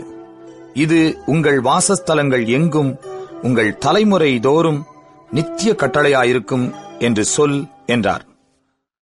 லேவியராகமம் 4ஆம் அதிகாரம். பின்னும் கர்த்தர் மோசேயை நோக்கி, நீ இஸ்ரவேல் புத்திரரிடத்தில் சொல்ல வேண்டியது என்னவென்றால், ஒருவன் கர்த்தருடைய கட்டளைகளில் யாதொன்றை அறியாமையினால் மீறி செய்யத்தகாததை செய்து பாவத்துக்கு உட்பட்டால் அறிய வேண்டியதாவது, அபிஷேகம் பெற்ற ஆசாரியன் ஜனங்கள் குற்றத்திற்கு உட்படத்தக்கதாக பாவம் செய்தால், தான் செய்த பாவத்தின் நிமித்தம் பழுதற்ற ஒரு இளம் காளையை பாவ நிவாரண பலியாக கர்த்தருடைய சந்நிதியில் கொண்டுவர கடவன். அவன் அந்த காளையை ஆசரிப்பு கூடார வாசலிலே கர்த்தருடைய சந்நிதியில் கொண்டு வந்து அதன் தலைமேல் தன் கையை வைத்து கர்த்தருடைய சந்நிதியில் அதை கொல்லக் கடவன். அப்பொழுது அபிஷேகம் பெற்ற ஆசாரியன் அந்த காளையின் இரத்தத்தில் கொஞ்சம் எடுத்து அதை ஆசரிப்பு கூடாரத்தில் கொண்டு வந்து தன் விரலை இரத்தத்தில் தோய்த்து பரிசுத்த ஸ்தலத்தின் திரைக்கு எதிரே கர்த்தருடைய சந்நிதியில் 7 தரம் தெளிக்க கடவன். பின்பு ஆசாரியன் அந்த இரத்தத்தில் கொஞ்சம் எடுத்து ஆசரிப்பு கூடாரத்திலே கர்த்தருடைய சந்நிதியில் இருக்கும் சுகந்த தூபபீடத்து கொம்புகளின் மேல் பூசி காளையினுடைய மற்ற இரத்தம் முழுவதையும் ஆசரிப்பு கூடார வாசலுக்கு முன்பாக இருக்கிற தகன பலிபீடத்தின் அடியிலே ஊற்றிவிட்டு பாவ நிவாரண பலியான காளையின் எல்லா கொழுப்புமாகிய குடல்களை மூடிய கொழுப்பையும் அவைகள் மேலிருக்கிற கொழுப்பு முழுவதையும் 2 குண்டிக்காய்களையும் அவைகள் மேல் சிறு குடல்களினிடத்தில் இருக்கிற கொழுப்பையும் குண்டிக்காய்களோடே கூட கல்லீரலின் மேல் இருக்கிற ஜவ்வையும் சமாதான பலியின் காளையிலிருந்து எடுக்கிறது போல அதிலிருந்து எடுத்து அவைகளை தகன பலிபீடத்தின் மேல் தகனிக்க கடவன். காளையின் தோலையும் அதன் மாம்சம் முழுவதையும் அதன் தலையையும் தொடைகளையும் அதன் குடல்களையும் அதன் சாணியையும் காளை முழுவதையும் பாளையத்துக்கு புறம்பே சாம்பல் கொட்டுகிற சுத்தமான இடத்திலே கொண்டு போய் கட்டைகளின் மேல் போட்டு அக்கினியாலே சுட்டரிக்க கடவன். சாம்பல் கொட்டி இருக்கிற இடத்திலே அதை சுட்டரிக்க கடவன். இஸ்ரவேல் சபையார் எல்லாரும் அறியாமையினால் பாவம் செய்து காரியம் தங்கள் கண்களுக்கு மறைவாய் இருக்கிறதினால் கர்த்தருடைய கட்டளைகளில் யாதொன்றை மீறி செய்யத்தகாததை செய்து பாவத்துக்குட்பட்டு குற்றவாளிகளானால், அவர்கள் செய்த பாவம் தெரிய வரும்போது சபையார் அந்த பாவத்தின் நிமித்தம் ஒரு இளங்காளையை ஆசரிப்பு கூடாரத்துக்கு முன்பாக பலியிட கொண்டு வர வேண்டும். சபையின் மூப்பர் கர்த்தருடைய சந்நிதியில் தங்கள் கைகளை அதன் தலைமேல் வைக்க கடவர்கள். பின்பு கர்த்தருடைய சந்நிதியில் அந்த காளையை கொல்ல வேண்டும்.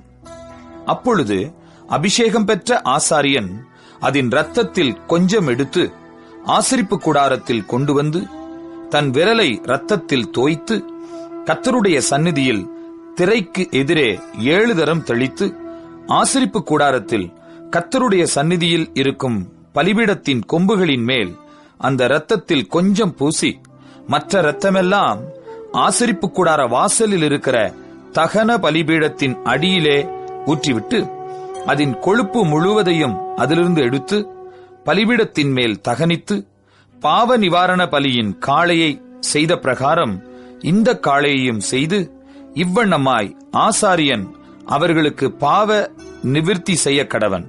அப்பொழுது அது அவர்களுக்கு மன்னிக்கப்படும். பின்பு காளையை பாளையத்துக்கு புறம்பே கொண்டு போய் முந்தின காளையை சுட்டரித்தது போல சுட்டரிக்க கடவன்.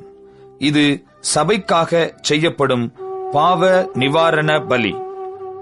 ஒரு பிரபு தன் தேவனாகிய கர்த்தருடைய கட்டளைகளில் யாதொன்றை மீறி அறியாமையினால் செய்யத்தகாததை செய்து பாவத்துக்கு உட்பட்டு குற்றவாளியானால், தான் செய்தது பாவம் என்று தனக்கு தெரிய வரும்போது, அவன் வெள்ளாடுகளில் பழுதற்ற ஒரு இளம் கடாவை பலியாக கொண்டு வந்து அந்த கடாவின் தலைமேல் தன் கையை வைத்து கர்த்தருடைய சந்நிதியில் சர்வாங்க தகன பலி கொல்லப்படும் இடத்தில் அதை கொல்லக்கடவன்.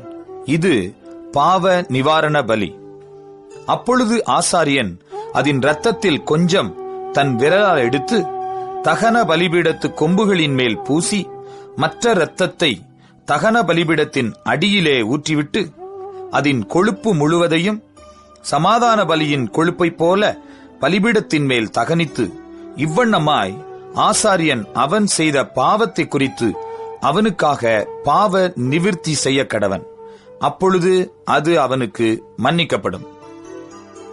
சாதாரண ஜனங்களில் ஒருவன் அறியாமையினால் கர்த்தரின் கட்டளைகளில் யாதொன்றை மீறி செய்யத்தகாததை செய்து பாவத்துக்குட்பட்டு குற்றவாளியானால், தான் செய்தது பாவம் என்று தனக்கு தெரிய வரும்போது, அவன் தான் செய்த பாவத்தின் நிமித்தம் வெள்ளாடுகளில் பழுதற்ற ஒரு பெண் குட்டியை பலியாக கொண்டு வந்து பாவ நிவாரண பலியின் தலைமேல் தன் கையை வைத்து சர்வாங்க தகன பலியிடும் இடத்தில் அந்த பாவ நிவாரண பலியை கொல்லக்கடவன்.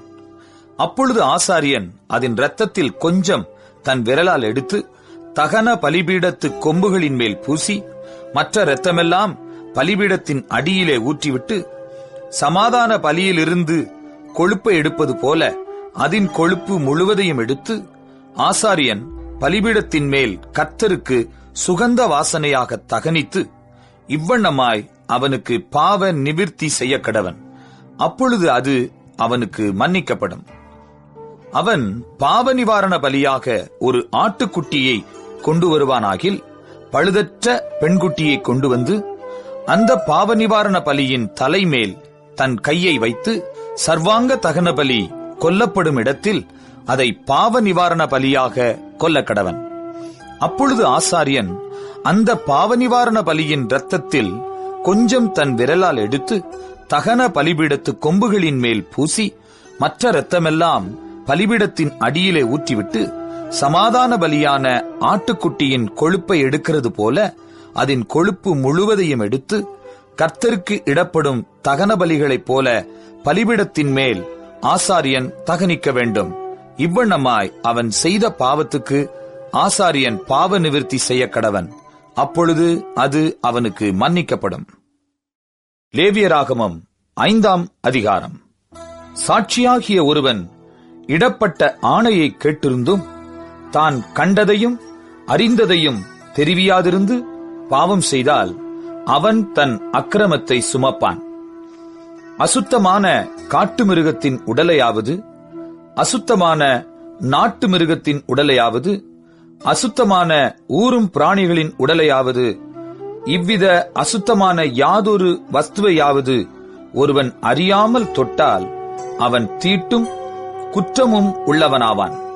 அல்லது எந்த அசுத்தத்தினாலாகிலும் தீட்டுப்பட்ட ஒரு மனிதனை ஒருவன் அறியாமல் தொட்டு பின்பு அதை அறிந்து கொண்டால் அவன் குற்றமுள்ளவனாவான்.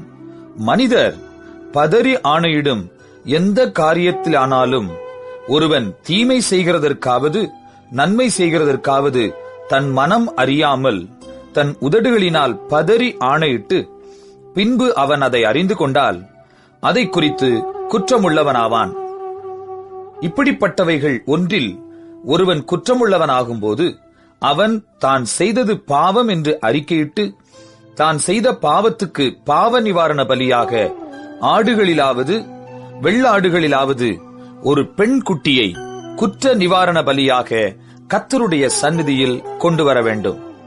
அதனாலே ஆசாரியன் அவன் செய்த பாவத்தை குறித்து அவனுக்காக பாவ நிவிர்த்தி செய்ய கடவன்.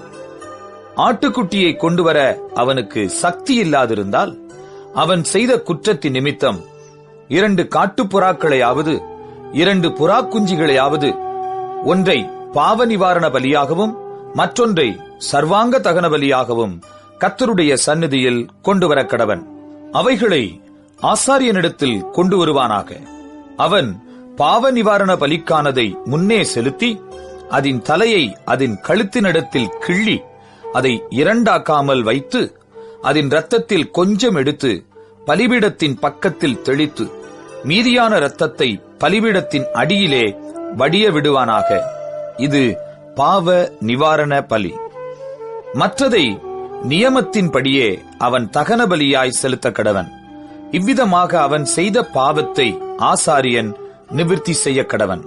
அப்பொழுது அது அவனுக்கு மன்னிக்கப்படும். 2 காட்டுப்புறாக்களையாவது 2 புறா குஞ்சுகளையாவது கொண்டு வர அவனுக்கு சக்தி இல்லாதிருந்தால், பாவம் செய்தவன் பாவ நிவாரணத்துக்காக 1 எப்பா அளவான மெல்லிய மாவிலே 10 1 பங்கை தன் காணிக்கையாக கொண்டு வருவானாக. அது பாவ நிவாரண பலியாயிருப்பதினால் அதின்மேல் எண்ணெய் வார்க்காமலும் தூபவர்க்கம் போடாமலும் இருந்து அதை ஆசாரியனிடத்தில் கொண்டு வர வேண்டும். அதிலே ஆசாரியன் ஞாபகக்குறியான பங்காக தன் கைப்பிடி நிறைய எடுத்து கர்த்தருக்கு இடும் தகன பலிகளைப் போல பலிபீடத்தின் மேல் தகனிக்க கடவன். இது பாவ நிவாரண பலி. இவ்விதமாக மேற்சொல்லிய காரியங்கள் ஒன்றில் அவன் செய்த பாவத்துக்காக ஆசாரியன் பாவ நிவிர்த்தி செய்ய கடவன். அப்பொழுது அது அவனுக்கு மன்னிக்கப்படும். மீதியானது போஜன பலியைப் போல ஆசாரியனை சேரும் என்றார். பின்னும் கர்த்தர் மோசேயை நோக்கி, ஒருவன் கர்த்தருக்குரிய பரிசுத்தமானவைகளில் குற்றம் செய்து அறியாமையினால் பாவத்துக்குட்பட்டால் அவன் தன் குற்றத்தின் நிமித்தம் பரிசுத்த ஸ்தலத்து சேக்கல் கணக்கின்படியே நீ அவன் மேல் சுமத்தும் அபராதம் எவ்வளவோ அவ்வளவு வெள்ளிச்சேக்கல் பெறும் பழுதற்ற ஒரு ஆட்டுக்கடாவை குற்ற நிவாரண பலியாக கர்த்தருடைய சந்நிதியில் கொண்டு வந்து பரிசுத்தமானதை குறித்து தான் செய்த தப்பிதத்தினால் உண்டான நஷ்டத்தை செலுத்தி அதனோடு 5 1 பங்கை அதிகமாக கூட்டி ஆசாரியனுக்கு கொடுப்பானாக. குற்ற நிவாரண பலியாகிய ஆட்டுக்கடாவினாலே அவனுக்காக ஆசாரியன் பாவ நிவிர்த்தி செய்ய கடவன். அப்பொழுது அது அவனுக்கு மன்னிக்கப்படும். ஒருவன் செய்யத்தகாதென்று கர்த்தருடைய கட்டளைகளினால் விலக்கப்பட்ட யாதொன்றைச் செய்து பாவத்துக்குட்பட்டால் அதை அவன் அறியாமையினால் செய்தாலும் அவன் குற்றமுள்ளவனாயிருந்து தன் அக்கிரமத்தை சுமப்பான். அதிநிமித்தம் அவன் குற்ற நிவாரண பலியாக உன் மதிப்புக்கு சரியான பழுதற்ற ஒரு ஆட்டுக்கடாவை ஆசாரியனிடத்தில் கொண்டு வருவானாக. அவன் அறியாமல் செய்த தப்பிதத்தை ஆசாரியன் அவனுக்காக நிவிர்த்தி செய்ய கடவன். அப்பொழுது அது அவனுக்கு மன்னிக்கப்படும். இது குற்ற நிவாரண பலி. அவன் கர்த்தருக்கு விரோதமாய் குற்றம் செய்தான் என்பது நிச்சயம் என்றார். லேவியராகமம் 6ஆம் அதிகாரம். பின்னும் கர்த்தர் மோசேயை நோக்கி, ஒருவன் கர்த்தருக்கு விரோதமாக அநியாயம் செய்து தன் வசத்தில் ஒப்புவிக்கப்பட்ட பொருளிலாவது கொடுக்கல் வாங்கலிலாவது தன் அயலானுக்கு மாறாட்டம் பண்ணி அல்லது ஒரு வஸ்துவை பலாத்காரமாய் பறித்து கொண்டு அல்லது தன் அயலானுக்கு இடுக்கண் செய்து அல்லது காணாமற் போனதை கண்டடைந்தும் அதை மறுதலித்து அதை குறித்து பொய் ஆணையிட்டு மனிதர் செய்யும் இவை முதலான யாதொரு காரியத்தில் பாவம் செய்தானேயாகில் அவன் செய்த பாவத்தினாலே குற்றவாளியானபடியால் தான் பலாத்காரமாய் பறித்து கொண்டதையும் இடுக்கண் செய்து பெற்றுக்கொண்டதையும் தன் வசத்திலே ஒப்புவிக்கப்பட்டதையும் காணாமற் போயிருந்து தான் கண்டெடுத்ததையும் பொய்யானையிட்டு சம்பாதித்த பொருளையும் திரும்ப கொடுக்க கடவன்.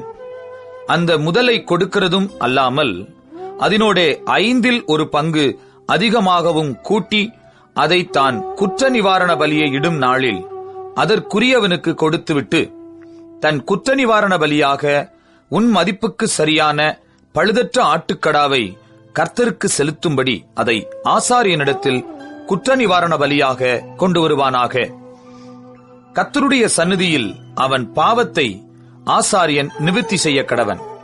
அப்பொழுது அவன் குற்றவாளியாகச் செய்த அப்படிப்பட்ட எந்த காரியமும் அவனுக்கு மன்னிக்கப்படும் என்றார். பின்னும் கர்த்தர் மோசேயை நோக்கி, நீ ஆரோனுக்கும் அவன் குமாரருக்கும் கற்பிக்க வேண்டிய சர்வாங்க தகன பலிக்குரிய பிரமாணம் என்னவென்றால், சர்வாங்க தகன பலியானது முழுவதும் விடியற்கால மட்டும் பலிபீடத்தின் மேல் எரிய வேண்டும். பலிபீடத்தின் மேலுள்ள அக்கினி எரிந்து கொண்டே இருக்க வேண்டும். ஆசாரியன் தன் சணல் நூல் அங்கியை தரித்து தன் சணல் நூல் ஜல்லடத்தை அறையில் போட்டுக்கொண்டு பலிபீடத்தின் மேல் அக்கினியில் எரிந்த சர்வாங்க தகனபலியின் சாம்பலை எடுத்து பலிபீடத்து பக்கத்தில் கொட்டி, பின்பு தன் வஸ்திரங்களை கழற்றி வேறு வஸ்திரங்களை உடுத்திக் கொண்டு அந்த சாம்பலை பாளையத்துக்கு புறம்பே சுத்தமான ஒரு இடத்திலே கொண்டு போய் கொட்டக்கடவன். பலிபீடத்தின் மேலிருக்கிற அக்கினி அவியாமல் எரிந்து கொண்டிருக்க வேண்டும். ஆசாரியன் காலைதோறும் அதின்மேல் எரியும்படி கட்டைகளை போட்டு அதின்மேல் சர்வாங்க தகன பலியை வரிசையாக வைத்து அதின்மேல் சமாதான பலிகளின் கொழுப்பை போட்டு தகனிக்க கடவன். பலிபீடத்தின் மேல் அக்கினி எப்பொழுதும் எரிந்து கொண்டிருக்க வேண்டும். அது ஒருபொழுதும் அவிந்து போகலாகாது. போஜன பலியின் பிரமாணம் என்னவென்றால், ஆரோனின் குமாரர் அதை கர்த்தருடைய சந்நிதியில் பலிபீடத்துக்கு முன்னே படைக்க வேண்டும். அவன் போஜன பலியின் மெல்லிய மாவிலும் அதன் எண்ணெயிலும் தன் கைப்பிடி நிறைய எடுத்து போஜன பலியின் மேலுள்ள தூபவர்க்கம் யாவற்றோடும் கூட அதை ஞாபக குறியாக பலிபீடத்தின் மேல் கர்த்தருக்கு சுகந்த வாசனையாக தகனிக்க கடவன். அதில் மீதியானதை ஆரோனும் அவன் குமாரரும் புசிப்பார்களாக. அது புளிப்பில்லா அப்பத்துடன் பரிசுத்த ஸ்தலத்தில் புசிக்கப்பட கடவது. ஆசரிப்பு கூடாரத்தின் பிரகாரத்தில் அதை புசிக்க வேண்டும். அதை புளித்த மாவுள்ளதாக பாகம் பண்ண வேண்டாம். அது எனக்கு இடப்படும் தகனங்களில் நான் அவர்களுக்கு கொடுத்த அவர்களுடைய பங்கு. அது பாவ நிவாரண பலியைப் போலும் குற்ற நிவாரண பலியைப் போலும் மகா பரிசுத்தமானது. ஆரோனின் பிள்ளைகளில் ஆண்மக்கள் யாவரும் அதை புசிப்பார்களாக. கர்த்தருக்கு இடப்படும் தகன பலிகளில் அது உங்கள் தலைமுறை தோறும் நித்திய கட்டளையாய் இருக்க கடவது. அவைகளை தொடுகிறவன் எவனும் பரிசுத்தமாய் இருப்பான் என்று சொல் என்றார். பின்னும் கர்த்தர் மோசேயை நோக்கி, ஆரோன் அபிஷேகம் பண்ணப்படும் நாளில் அவனும் அவன் குமாரரும் கர்த்தருக்கு செலுத்த வேண்டிய படைப்பு என்னவென்றால், ஒரு எப்பா அளவான மெல்லிய மாவிலே 10 பங்கை காலையில் பாதியும் மாலையில் பாதியும் நித்திய போஜன பலியாக செலுத்த கடவர்கள். அது சட்டியிலே எண்ணெய் விட்டு பாகம் பண்ணப்பட கடவது. பாகம் பண்ணப்பட்ட பின்பு அதை கொண்டு வந்து போஜன பலியாக பாகம் பண்ணப்பட்ட துண்டுகளை கர்த்தருக்கு சுகந்த வாசனையாக படைக்க கடவாய்.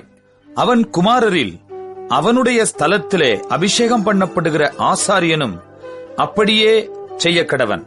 அது முழுவதும் தகனிக்கப்பட வேண்டும். அது கர்த்தர் நியமித்த நித்திய கட்டளை. ஆசாரியனுக்காக இடப்படும் எந்த போஜன பலியும் புசிக்கப்படாமல் முழுவதும் தகனிக்கப்பட வேண்டும் என்றார். பின்னும் கர்த்தர் மோசேயை நோக்கி, நீ ஆரோனோடும் அவன் குமாரரோடும் சொல்ல வேண்டியதாவது, பாவ நிவாரண பலியின் பிரமாணம் என்னவென்றால், சர்வாங்க தகன பலி கொல்லப்படும் இடத்தில் பாவ நிவாரண பலியும் கர்த்தருடைய சந்நிதியில் கொல்லப்பட கடவது. அது மகா பரிசுத்தமானது. பாவ நிவிர்த்தி செய்ய அதை பலியிடுகிற ஆசாரியன் அதை புசிக்க கடவன். ஆசரிப்பு கூடாரத்தின் பிரகாரமாகிய பரிசுத்த ஸ்தலத்திலே அது புசிக்கப்பட வேண்டும். அதன் மாம்சத்தில் படுகிறது எதுவும் பரிசுத்தமாயிருக்கும். அதன் இரத்தத்திலே கொஞ்சம் ஒரு வஸ்திரத்தில் தெரித்ததானால் இரத்தம் தெரித்த வஸ்திரத்தை பரிசுத்த ஸ்தலத்தில் கழுவ வேண்டும். அது சமைக்கப்பட்ட மண்பாண்டம் உடைக்கப்பட வேண்டும். செப்பு பானையில் சமைக்கப்பட்டதானால் அது விளக்கப்பட்டு தண்ணீரில் கழுவப்பட வேண்டும். ஆசாரியரில் ஆண்மக்கள் யாவரும் அதை புசிப்பார்களாக. அது மகா பரிசுத்தமானது. எந்த பாவ நிவாரண பலியின் இரத்தத்தில் கொஞ்சம் பரிசுத்த ஸ்தலத்தில் பாவ நிவிர்த்தியின் பொருட்டு ஆசரிப்பு கூடாரத்திற்குள்ளே கொண்டு வரப்பட்டதோ அந்த பலி புசிக்கப்படலாகாது. அது அக்னியிலே தகனிக்கப்பட வேண்டும். லேவியராகமம் 7ஆம் அதிகாரம். குற்ற நிவாரண பலியின் பிரமாணம் என்னவென்றால், அது மகா பரிசுத்தமானது. சர்வாங்க தகன பலி கொல்லப்படும் இடத்தில் குற்ற நிவாரண பலியும் கொல்லப்பட வேண்டும். அதன் இரத்தத்தை பலிபீடத்தின் மேல் சுற்றிலும் தெளித்து, அதனுடைய கொழுப்பு முழுவதையும், அதன் வாலையும், குடல்களை மூடிய கொழுப்பையும், 2 குண்டிக்காய்களையும், அவைகளின் மேல் சிறு குடல்களினிடத்தில் இருக்கிற கொழுப்பையும், குண்டிக்காய்களோட கூட கல்லீரலின் மேல் இருக்கிற ஜவ்வையும் எடுத்து செலுத்துவானாக. இவைகளை ஆசாரியன் பலிபீடத்தின் மேல் கர்த்தருக்கு தகன பலியாக தகனிக்க கடவன். அது குற்ற நிவாரண பலி. ஆசாரியரில் ஆண் மக்கள் யாவரும் அதை புசிப்பார்களாக. அது பரிசுத்த ஸ்தலத்தில் புசிக்கப்பட வேண்டும். அது மகா பரிசுத்தமானது. பாவ நிவாரண பலி எப்படியோ குற்ற நிவாரண பலியும் அப்படியே. அவ்விரண்டிற்கும் பிரமாணம் ஒன்றே. அதனாலே பாவ நிவிர்த்தி செய்த ஆசாரியனை அது சேரும். ஒருவனுடைய சர்வாங்க தகன பலியை செலுத்தின ஆசாரியன் தான் செலுத்தின தகன பலியின் தோலை தனக்காக வைத்துக் கொள்ள வேண்டும். அடுப்பிலே பாகம் பண்ணப்பட்டதும் சட்டியிலும் தட்டின் மேலும் சமைக்கப்பட்டதுமான போஜன பலி யாவும் அதை செலுத்துகிற ஆசாரியனுடையவைகளாயிருக்கும். எண்ணெயிலே பிசைந்ததும் எண்ணெயிலே பிசையாததுமான சகல போஜன பலியும் ஆரோனுடைய குமாரர் யாவருக்கும் சரிபங்காகச் சேர வேண்டும். கர்த்தருக்கு செலுத்துகிற சமாதான பலிகளின் பிரமாணம் என்னவென்றால், அதை ஸ்தோத்திரத்துக்காக செலுத்துவானானால் அவன் ஸ்தோத்திர பலியோடும் கூட எண்ணெயிலே பிசைந்த புளிப்பில்லா அதிரசங்களையும், எண்ணெய் பூசப்பட்ட புளிப்பில்லா அடைகளையும், எண்ணெயிலே பிசைந்து வறுக்கப்பட்ட மெல்லிய மாவினால் செய்த அதிரசங்களையும் படைக்க கடவன். அவைகளை படைக்கிறதும் அல்லாமல் புளித்த மாவினால் செய்த அப்பத்தையும் தன்னுடைய சமாதான பலியாகிய ஸ்தோத்திர பலியோடு கூட படைக்க வேண்டும். அந்த படைப்பு முழுவதிலும் வகைக்கு ஒவ்வொன்றை எடுத்து கர்த்தருக்கு ஏறெடுத்து படைக்கும் பலியாக செலுத்துவானாக. அது சமாதான பலியின் இரத்தத்தை தெளித்த ஆசாரியனுடையதாகும். சமாதான பலியாகிய ஸ்தோத்திர பலியின் மாம்சமானது செலுத்தப்பட்ட அன்றைத் தினமே புசிக்கப்பட வேண்டும். அதில் ஒன்றும் விடியற்கால மட்டும் வைக்கப்படலாகாது. அவன் செலுத்தும் பலி பொருத்தனையாயாவது உற்சாக பலியாயாவது இருக்குமானால் அது செலுத்தப்படும் நாளிலும் அதில் மீதியானது மறுநாளிலும் புசிக்கப்படலாம். பலியின் மாம்சத்தில் மீதியாயிருக்கிறது 3ஆம் நாளில் அக்கினியிலே சுட்டரிக்கப்பட கடவது. சமாதான பலியின் மாம்சத்தில் மீதியானது 3ஆம் நாளில் புசிக்கப்படுமானால் அது அங்கீகரிக்கப்படாது. அதை செலுத்தினவனுக்கு அது பலிக்காது. அது அருவருப்பாயிருக்கும். அதை புசிக்கிறவன் தன் அக்கிரமத்தை சுமப்பான். தீட்டான எந்த வஸ்துவிலாவது அந்த மாம்சம் பட்டதானால் அது புசிக்கப்படாமல் அக்கினியிலே சுட்டரிக்கப்பட கடவது. மற்ற மாம்சத்தையோ சுத்தமாயிருக்கிறவன் எவனும் புசிக்கலாம். ஒருவன் தீட்டுள்ளவனாயிருக்கையில் கர்த்தருடைய சமாதான பலியின் மாம்சத்தை புசித்தால் அவன் தன் ஜனத்தாரில் இராதபடிக்கு அறுப்புண்டு போவான். மனுஷருடைய தீட்டையாவது தீட்டான மிருகத்தையாவது அருவருக்கப்படத்தக்க தீட்டான மற்ற எந்த வஸ்துவையாவது ஒருவன் தொட்டிருந்து கர்த்தருடைய சமாதான பலியின் மாம்சத்திலே புசித்தால் அவன் தன் ஜனங்களில் இராதபடிக்கு அறுப்புண்டு போவான் என்றார். பின்னும் கர்த்தர் மோசேயை நோக்கி, நீ இஸ்ரவேல் புத்திரரோடே சொல்ல வேண்டியது என்னவென்றால், மாடு, ஆடு, வெள்ளாடு என்பவைகளின் கொழுப்பை நீங்கள் புசிக்கலாகாது. தானாய் செத்த மிருகத்தின் கொழுப்பையும் பீருண்ட மிருகத்தின் கொழுப்பையும் பலவித வேலைகளுக்கு வழங்கலாம். ஆனாலும் நீங்கள் அதை ஒருபோதும் புசிக்கலாகாது. கர்த்தருக்கு தகன பலியாக செலுத்தப்படும் மிருகத்தின் கொழுப்பை புசிக்கிற எந்த ஆத்துமாவும் தன் ஜனங்களில் இராதபடிக்கு அறுப்புண்டு போவான். உங்கள் வாசஸ்தலங்களில் எங்கும் யாதொரு பறவையின் இரத்தத்தையாவது யாதொரு மிருகத்தின் இரத்தத்தையாவது புசிக்கலாகாது. எவ்வித இரத்தத்தையாகிலும் புசிக்கிற எவனும் தன் ஜனங்களில் இராதபடிக்கு அறுப்புண்டு போவான் என்று சொல் என்றார். பின்னும் கர்த்தர் மோசேயை நோக்கி, நீ இஸ்ரவேல் புத்திரரோடே சொல்ல வேண்டியது என்னவென்றால், கர்த்தருக்கு சமாதான பலி செலுத்துகிறவன் தான் செலுத்தும் சமாதான பலியை கர்த்தருடைய சந்நிதியில் கொண்டு வருவானாக. கர்த்தருக்கு தகன பலியாக படைப்பவைகளை அவன் கைகளே கொண்டு வர வேண்டும். மார்க்கண்டத்தையும் அதனோடு கூட அதின் மேல் வைத்த கொழுப்பையும் கர்த்தருடைய சந்நிதியில் அசைவாட்டும் பலியாக அசைவாட்டும்படிக்கு கொண்டு வர கடவன். அப்பொழுது ஆசாரியன் அந்த கொழுப்பை பலிபீடத்தின் மேல் தகனிக்க வேண்டும். மார்க்கண்டமோ ஆரோனையும் அவன் குமாரரையும் சேரும். உங்கள் சமாதான பலிகளில் வலது முன்னந்தொடையை ஏறெடுத்து படைக்கும் பலியாக படைக்கும்படி ஆசாரியனிடத்தில் கொடுப்பீர்களாக. ஆரோனுடைய குமாரரில் சமாதான பலியின் இரத்தத்தையும் கொழுப்பையும் செலுத்துகிறவனுக்கு வலது முன்னந்தொடை பங்காக சேரும். இஸ்ரவேல் புத்திரரின் சமாதான பலிகளில் அசைவாட்டும் மார்க்கண்டத்தையும் ஏறெடுத்து படைக்கும் முன்னந்தொடையையும் நான் அவர்கள் கையில் வாங்கி அவைகளை ஆசாரியனாகிய ஆரோனுக்கும் அவன் குமாரருக்கும் இஸ்ரவேல் புத்திரருக்குள் நடக்கும் நித்திய கட்டளையாக கொடுத்தேன் என்று சொல் என்றார்.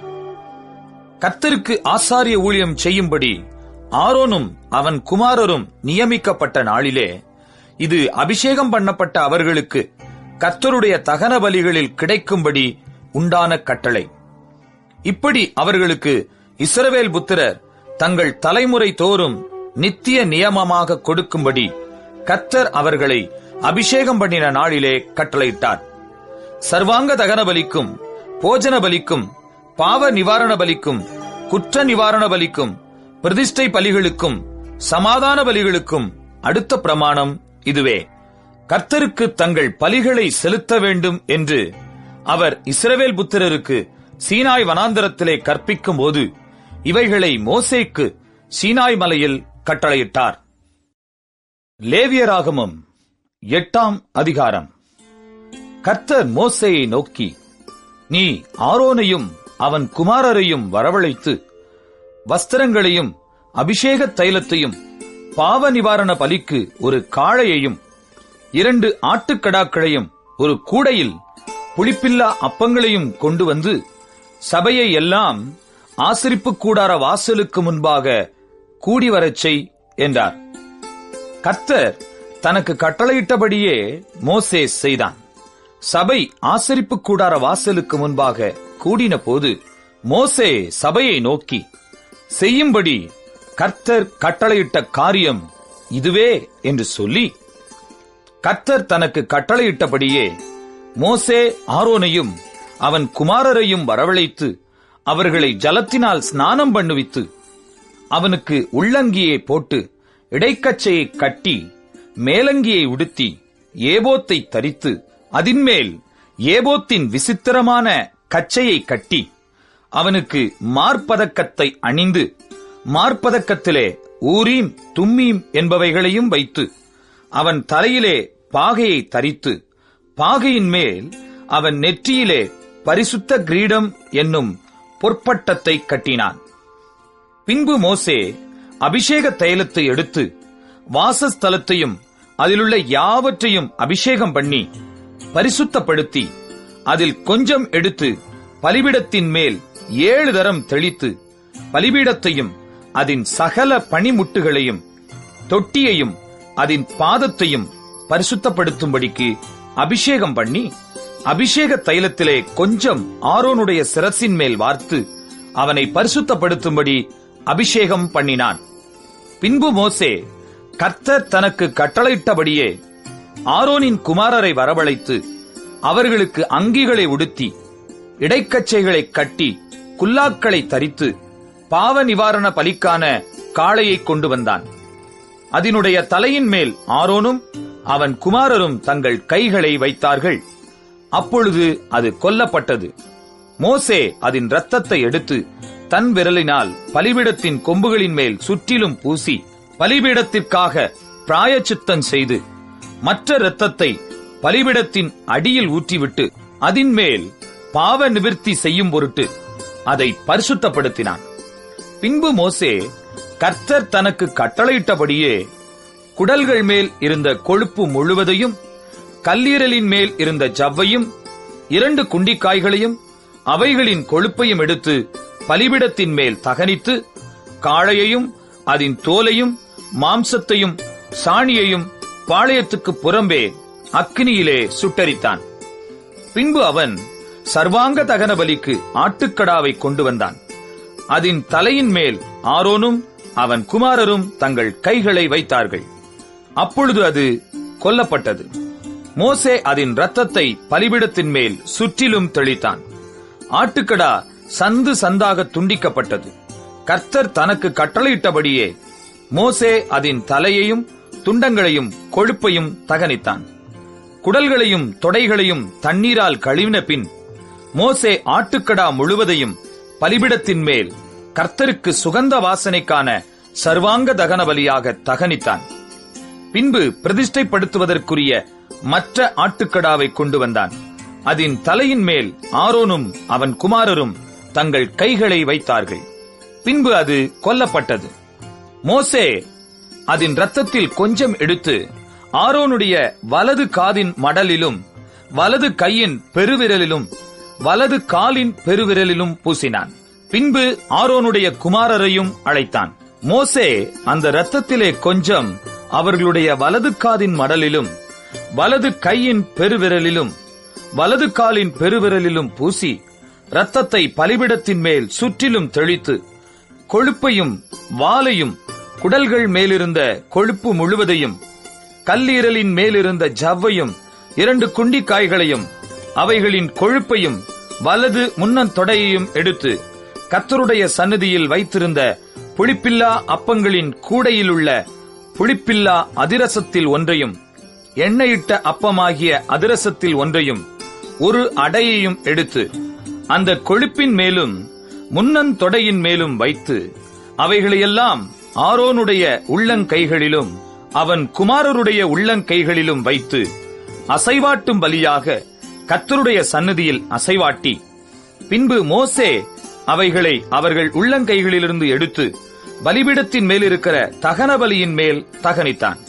அவைகள் சுகந்த வாசனையான பிரதிஷ்டை பலிகள். இது கர்த்தருக்கு தகன பலியானது.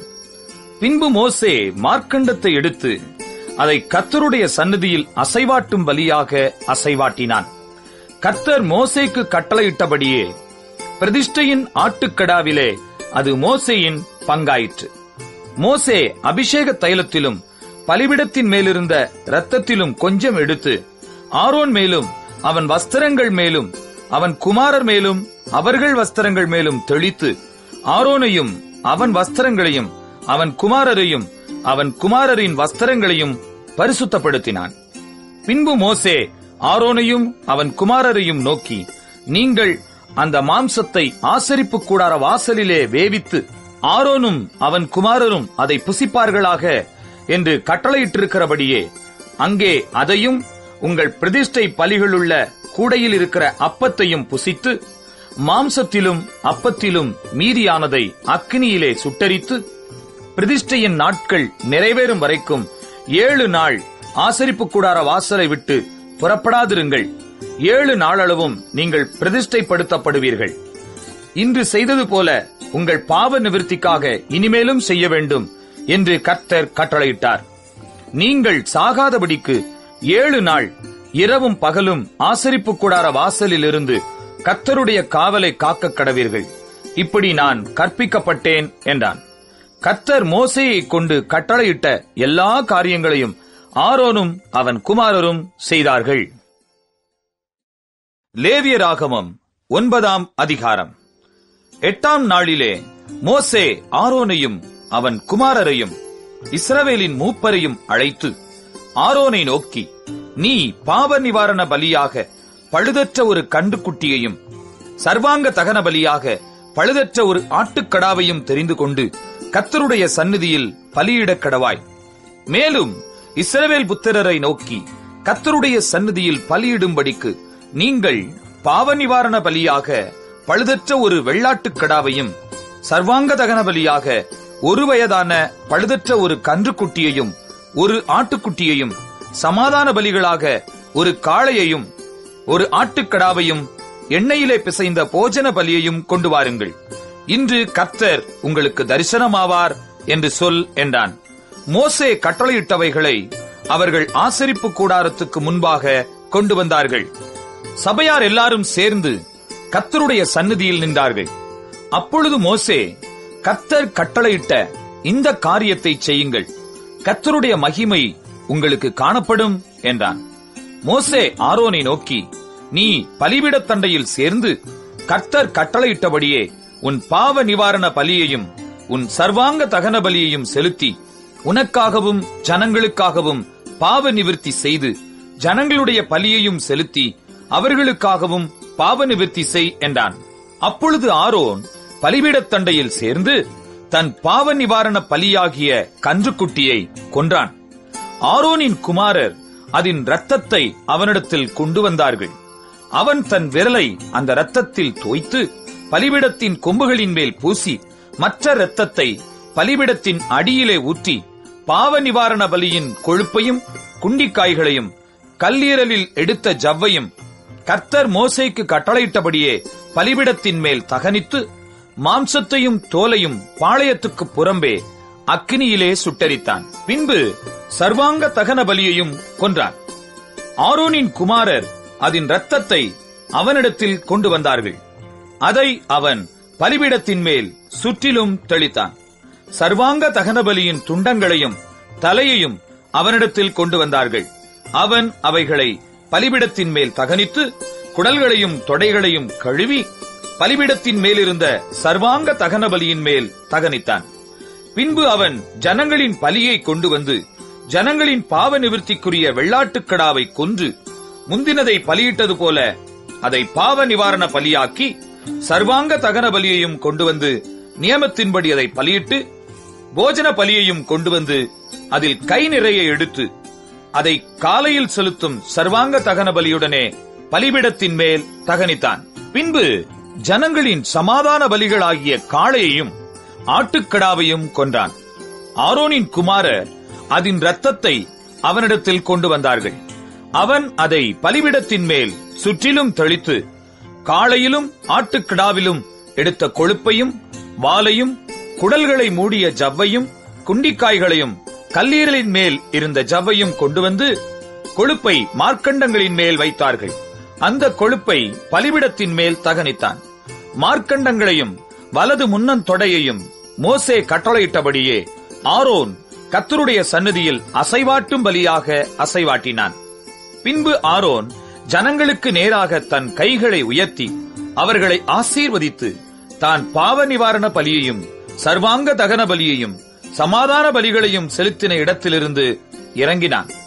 பின்பு மோசேயும் ஆரோனும் ஆசரிப்பு கூடாரத்துக்குள் பிரவேசித்து வெளியே வந்து ஜனங்களை ஆசீர்வதித்தார்கள். அப்பொழுது கர்த்தருடைய மகிமை சகல ஜனங்களுக்கும் காணப்பட்டது. அன்றியும் கர்த்தருடைய சந்நிதியிலிருந்து அக்கினி புறப்பட்டு பலிபீடத்தின் மேலிருந்த சர்வாங்க தகன பலியையும் கொழுப்பையும் எரித்துவிட்டது.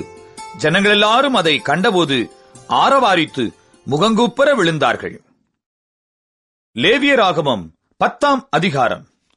பின்பு ஆரோனின் குமாரராகிய நாதாபும் அபியுவும் தன் தன் தூப கலசத்தை எடுத்து அவைகளில் அக்கினியையும் அதின்மேல் தூபவர்க்கத்தையும் போட்டு கர்த்தர் தங்களுக்கு கட்டளையிடாத அந்நிய அக்கினியை அவருடைய சந்நிதியில் கொண்டு வந்தார்கள். அப்பொழுது அக்கினி கர்த்தருடைய சந்நிதியிலிருந்து புறப்பட்டு அவர்களை பட்சித்தது. அவர்கள் கர்த்தருடைய சந்நிதியில் செத்தார்கள். அப்பொழுது மோசே ஆரோனை நோக்கி, என்னிடத்தில் சேருகிறவர்களால் நான் பரிசுத்தம் பண்ணப்பட்டு சகல ஜனங்களுக்கும் முன்பாக நான் மகிமைப்படுவேன் என்று கர்த்தர் சொன்னது இதுதான் என்றான். ஆரோன் பேசாதிருந்தான். பின்பு மோசே ஆரோனின் சிறிய தகப்பனான ஊசியேலின் குமாரராகிய மீசவேலையும் எல்சாபானையும் அழைத்து, நீங்கள் கிட்ட வந்து உங்கள் சகோதரரை பரிசுத்த ஸ்தலத்துக்கு முன்னின்று எடுத்து பாளையத்துக்கு புறம்பே கொண்டு போங்கள் என்றான். மோசே சொன்னபடி அவர்கள் கிட்ட வந்து அவர்களை அவர்கள் உடுத்தியிருந்த சட்டைகளோடும் எடுத்து பாளையத்துக்கு புறம்பே கொண்டு போனார்கள். மோசே ஆரோனையும் எலேசார் இத்தாமார் என்னும் அவன் குமாரரையும் நோக்கி, நீங்கள் சாகாதபடிக்கும் சபை அனைத்தின் மேலும் கடும் கோபம் வராதபடிக்கும் நீங்கள் உங்கள் தலைப்பாகையை எடுத்து போடாமலும் உங்கள் வஸ்திரங்களை கிழிக்காமலும் இருப்பீர்களாக. உங்கள் சகோதரராகிய இஸ்ரவேல் குடும்பத்தார் யாவரும் கர்த்தர் கொளுத்தின இந்த அக்கினிக்காக புலம்புவார்களாக. நீங்கள் சாகாதபடிக்கு ஆசரிப்பு கூடார வாசலில் இருந்து புறப்படாதிருங்கள். கர்த்தருடைய அபிஷேக தைலம் உங்கள் மேல் இருக்கிறதே என்றான். அவர்கள் மோசேயினுடைய வார்த்தையின்படியே செய்தார்கள். கர்த்தர் ஆரோனை நோக்கி, நீயும் உன்னோடே கூட உன் குமாரரும் சாகாதிருக்க வேண்டுமானால் ஆசரிப்பு கூடாரத்துக்குள் பிரவேசிக்கிற போது திராட்சை ரசத்தையும் மதுவையும் குடிக்க வேண்டாம். பரிசுத்தமுள்ளதற்கும் பரிசுத்தமில்லாததற்கும் தீட்டுள்ளதற்கும் தீட்டில்லாததற்கும் வித்தியாசம் பண்ணும்படிக்கும் கர்த்தர் மோசேயை கொண்டு இஸ்ரவேல் புத்திரருக்கு சொன்ன சகல பிரமாணங்களையும் அவர்களுக்கு போதிக்கும்படிக்கும் இது உங்கள் தலைமுறை தோறும் நித்திய கட்டளையாயிருக்கும் என்றார். மோசே ஆரோனையும் மீதியாயிருந்த அவன் குமாரராகிய எலெயாசாரையும் இத்தாமாரையும் நோக்கி, நீங்கள் கர்த்தருடைய தகன பலிகளில் மீதியான போஜன பலியை எடுத்து பலிபீடத் தண்டையிலே புளிப்பில்லாததாக புசியுங்கள். அது மகா பரிசுத்தமானது. அதை பரிசுத்த ஸ்தலத்திலே புசியுங்கள். அது கர்த்தருடைய தகன பலிகளில் உனக்கும் உன் குமாரருக்கும் ஏற்படுத்தப்பட்டதாயிருக்கிறது. இப்படி கட்டளை பெற்றிருக்கிறேன். அசைவாட்டும் மார்க்கண்டத்தையும் ஏறெடுத்து படைக்கும் முன்னன் தொடையையும் நீயும் உன்னோடே கூட உன் குமாரரும் குமாரத்திகளும் சுத்தமான ஸ்தலத்திலே புசிப்பீர்களாக. இஸ்ரவேல் புத்திரருடைய சமாதான பலிகளில் அவைகள் உனக்கும் உன் பிள்ளைகளுக்கும் கிடைக்கும்படி ஏற்படுத்தப்பட்டிருக்கிறது. கொழுப்பாகிய தகன பலிகளோடே அவர்கள் கர்த்தருடைய சந்நிதியில் அசைவாட்டும் பலியாக அசைவாட்டும்படி ஏறெடுத்து படைக்கும் முன்னந்தொடையையும் அசைவாட்டும் மார்க்கண்டத்தையும் கொண்டு வருவார்கள்.